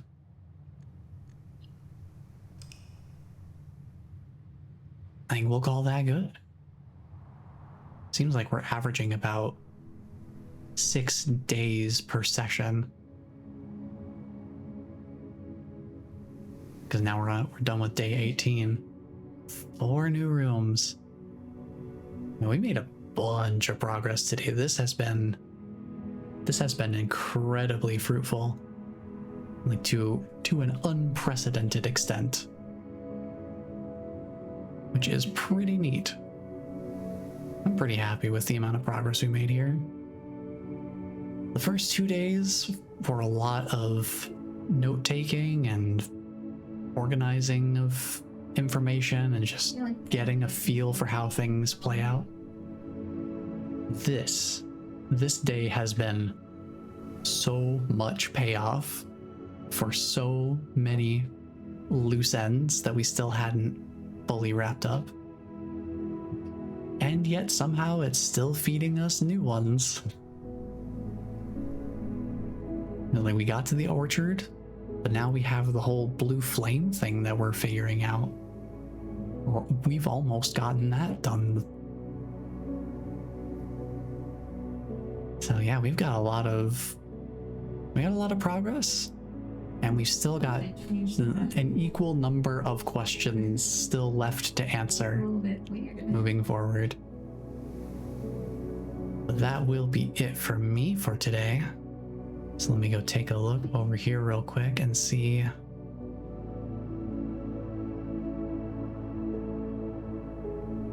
See what's going on online.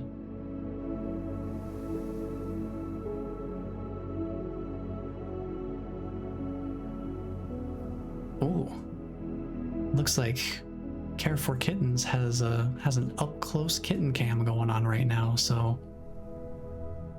boy, they are just staring right into that camera. Let me pop us on over there. I think we'll head on over and say hello. Say hello to the kittens. But yeah, that will be it for me for today. So thank you all for being here and hanging out. This has been quite a session of blueprints.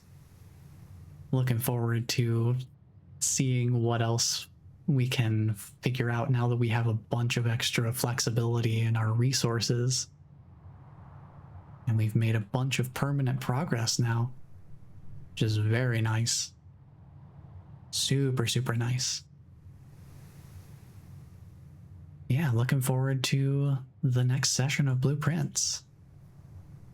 Thank you all for being here and hanging out. And just remember that somebody cares about you because I care about you. And until the next stream, take care, everyone.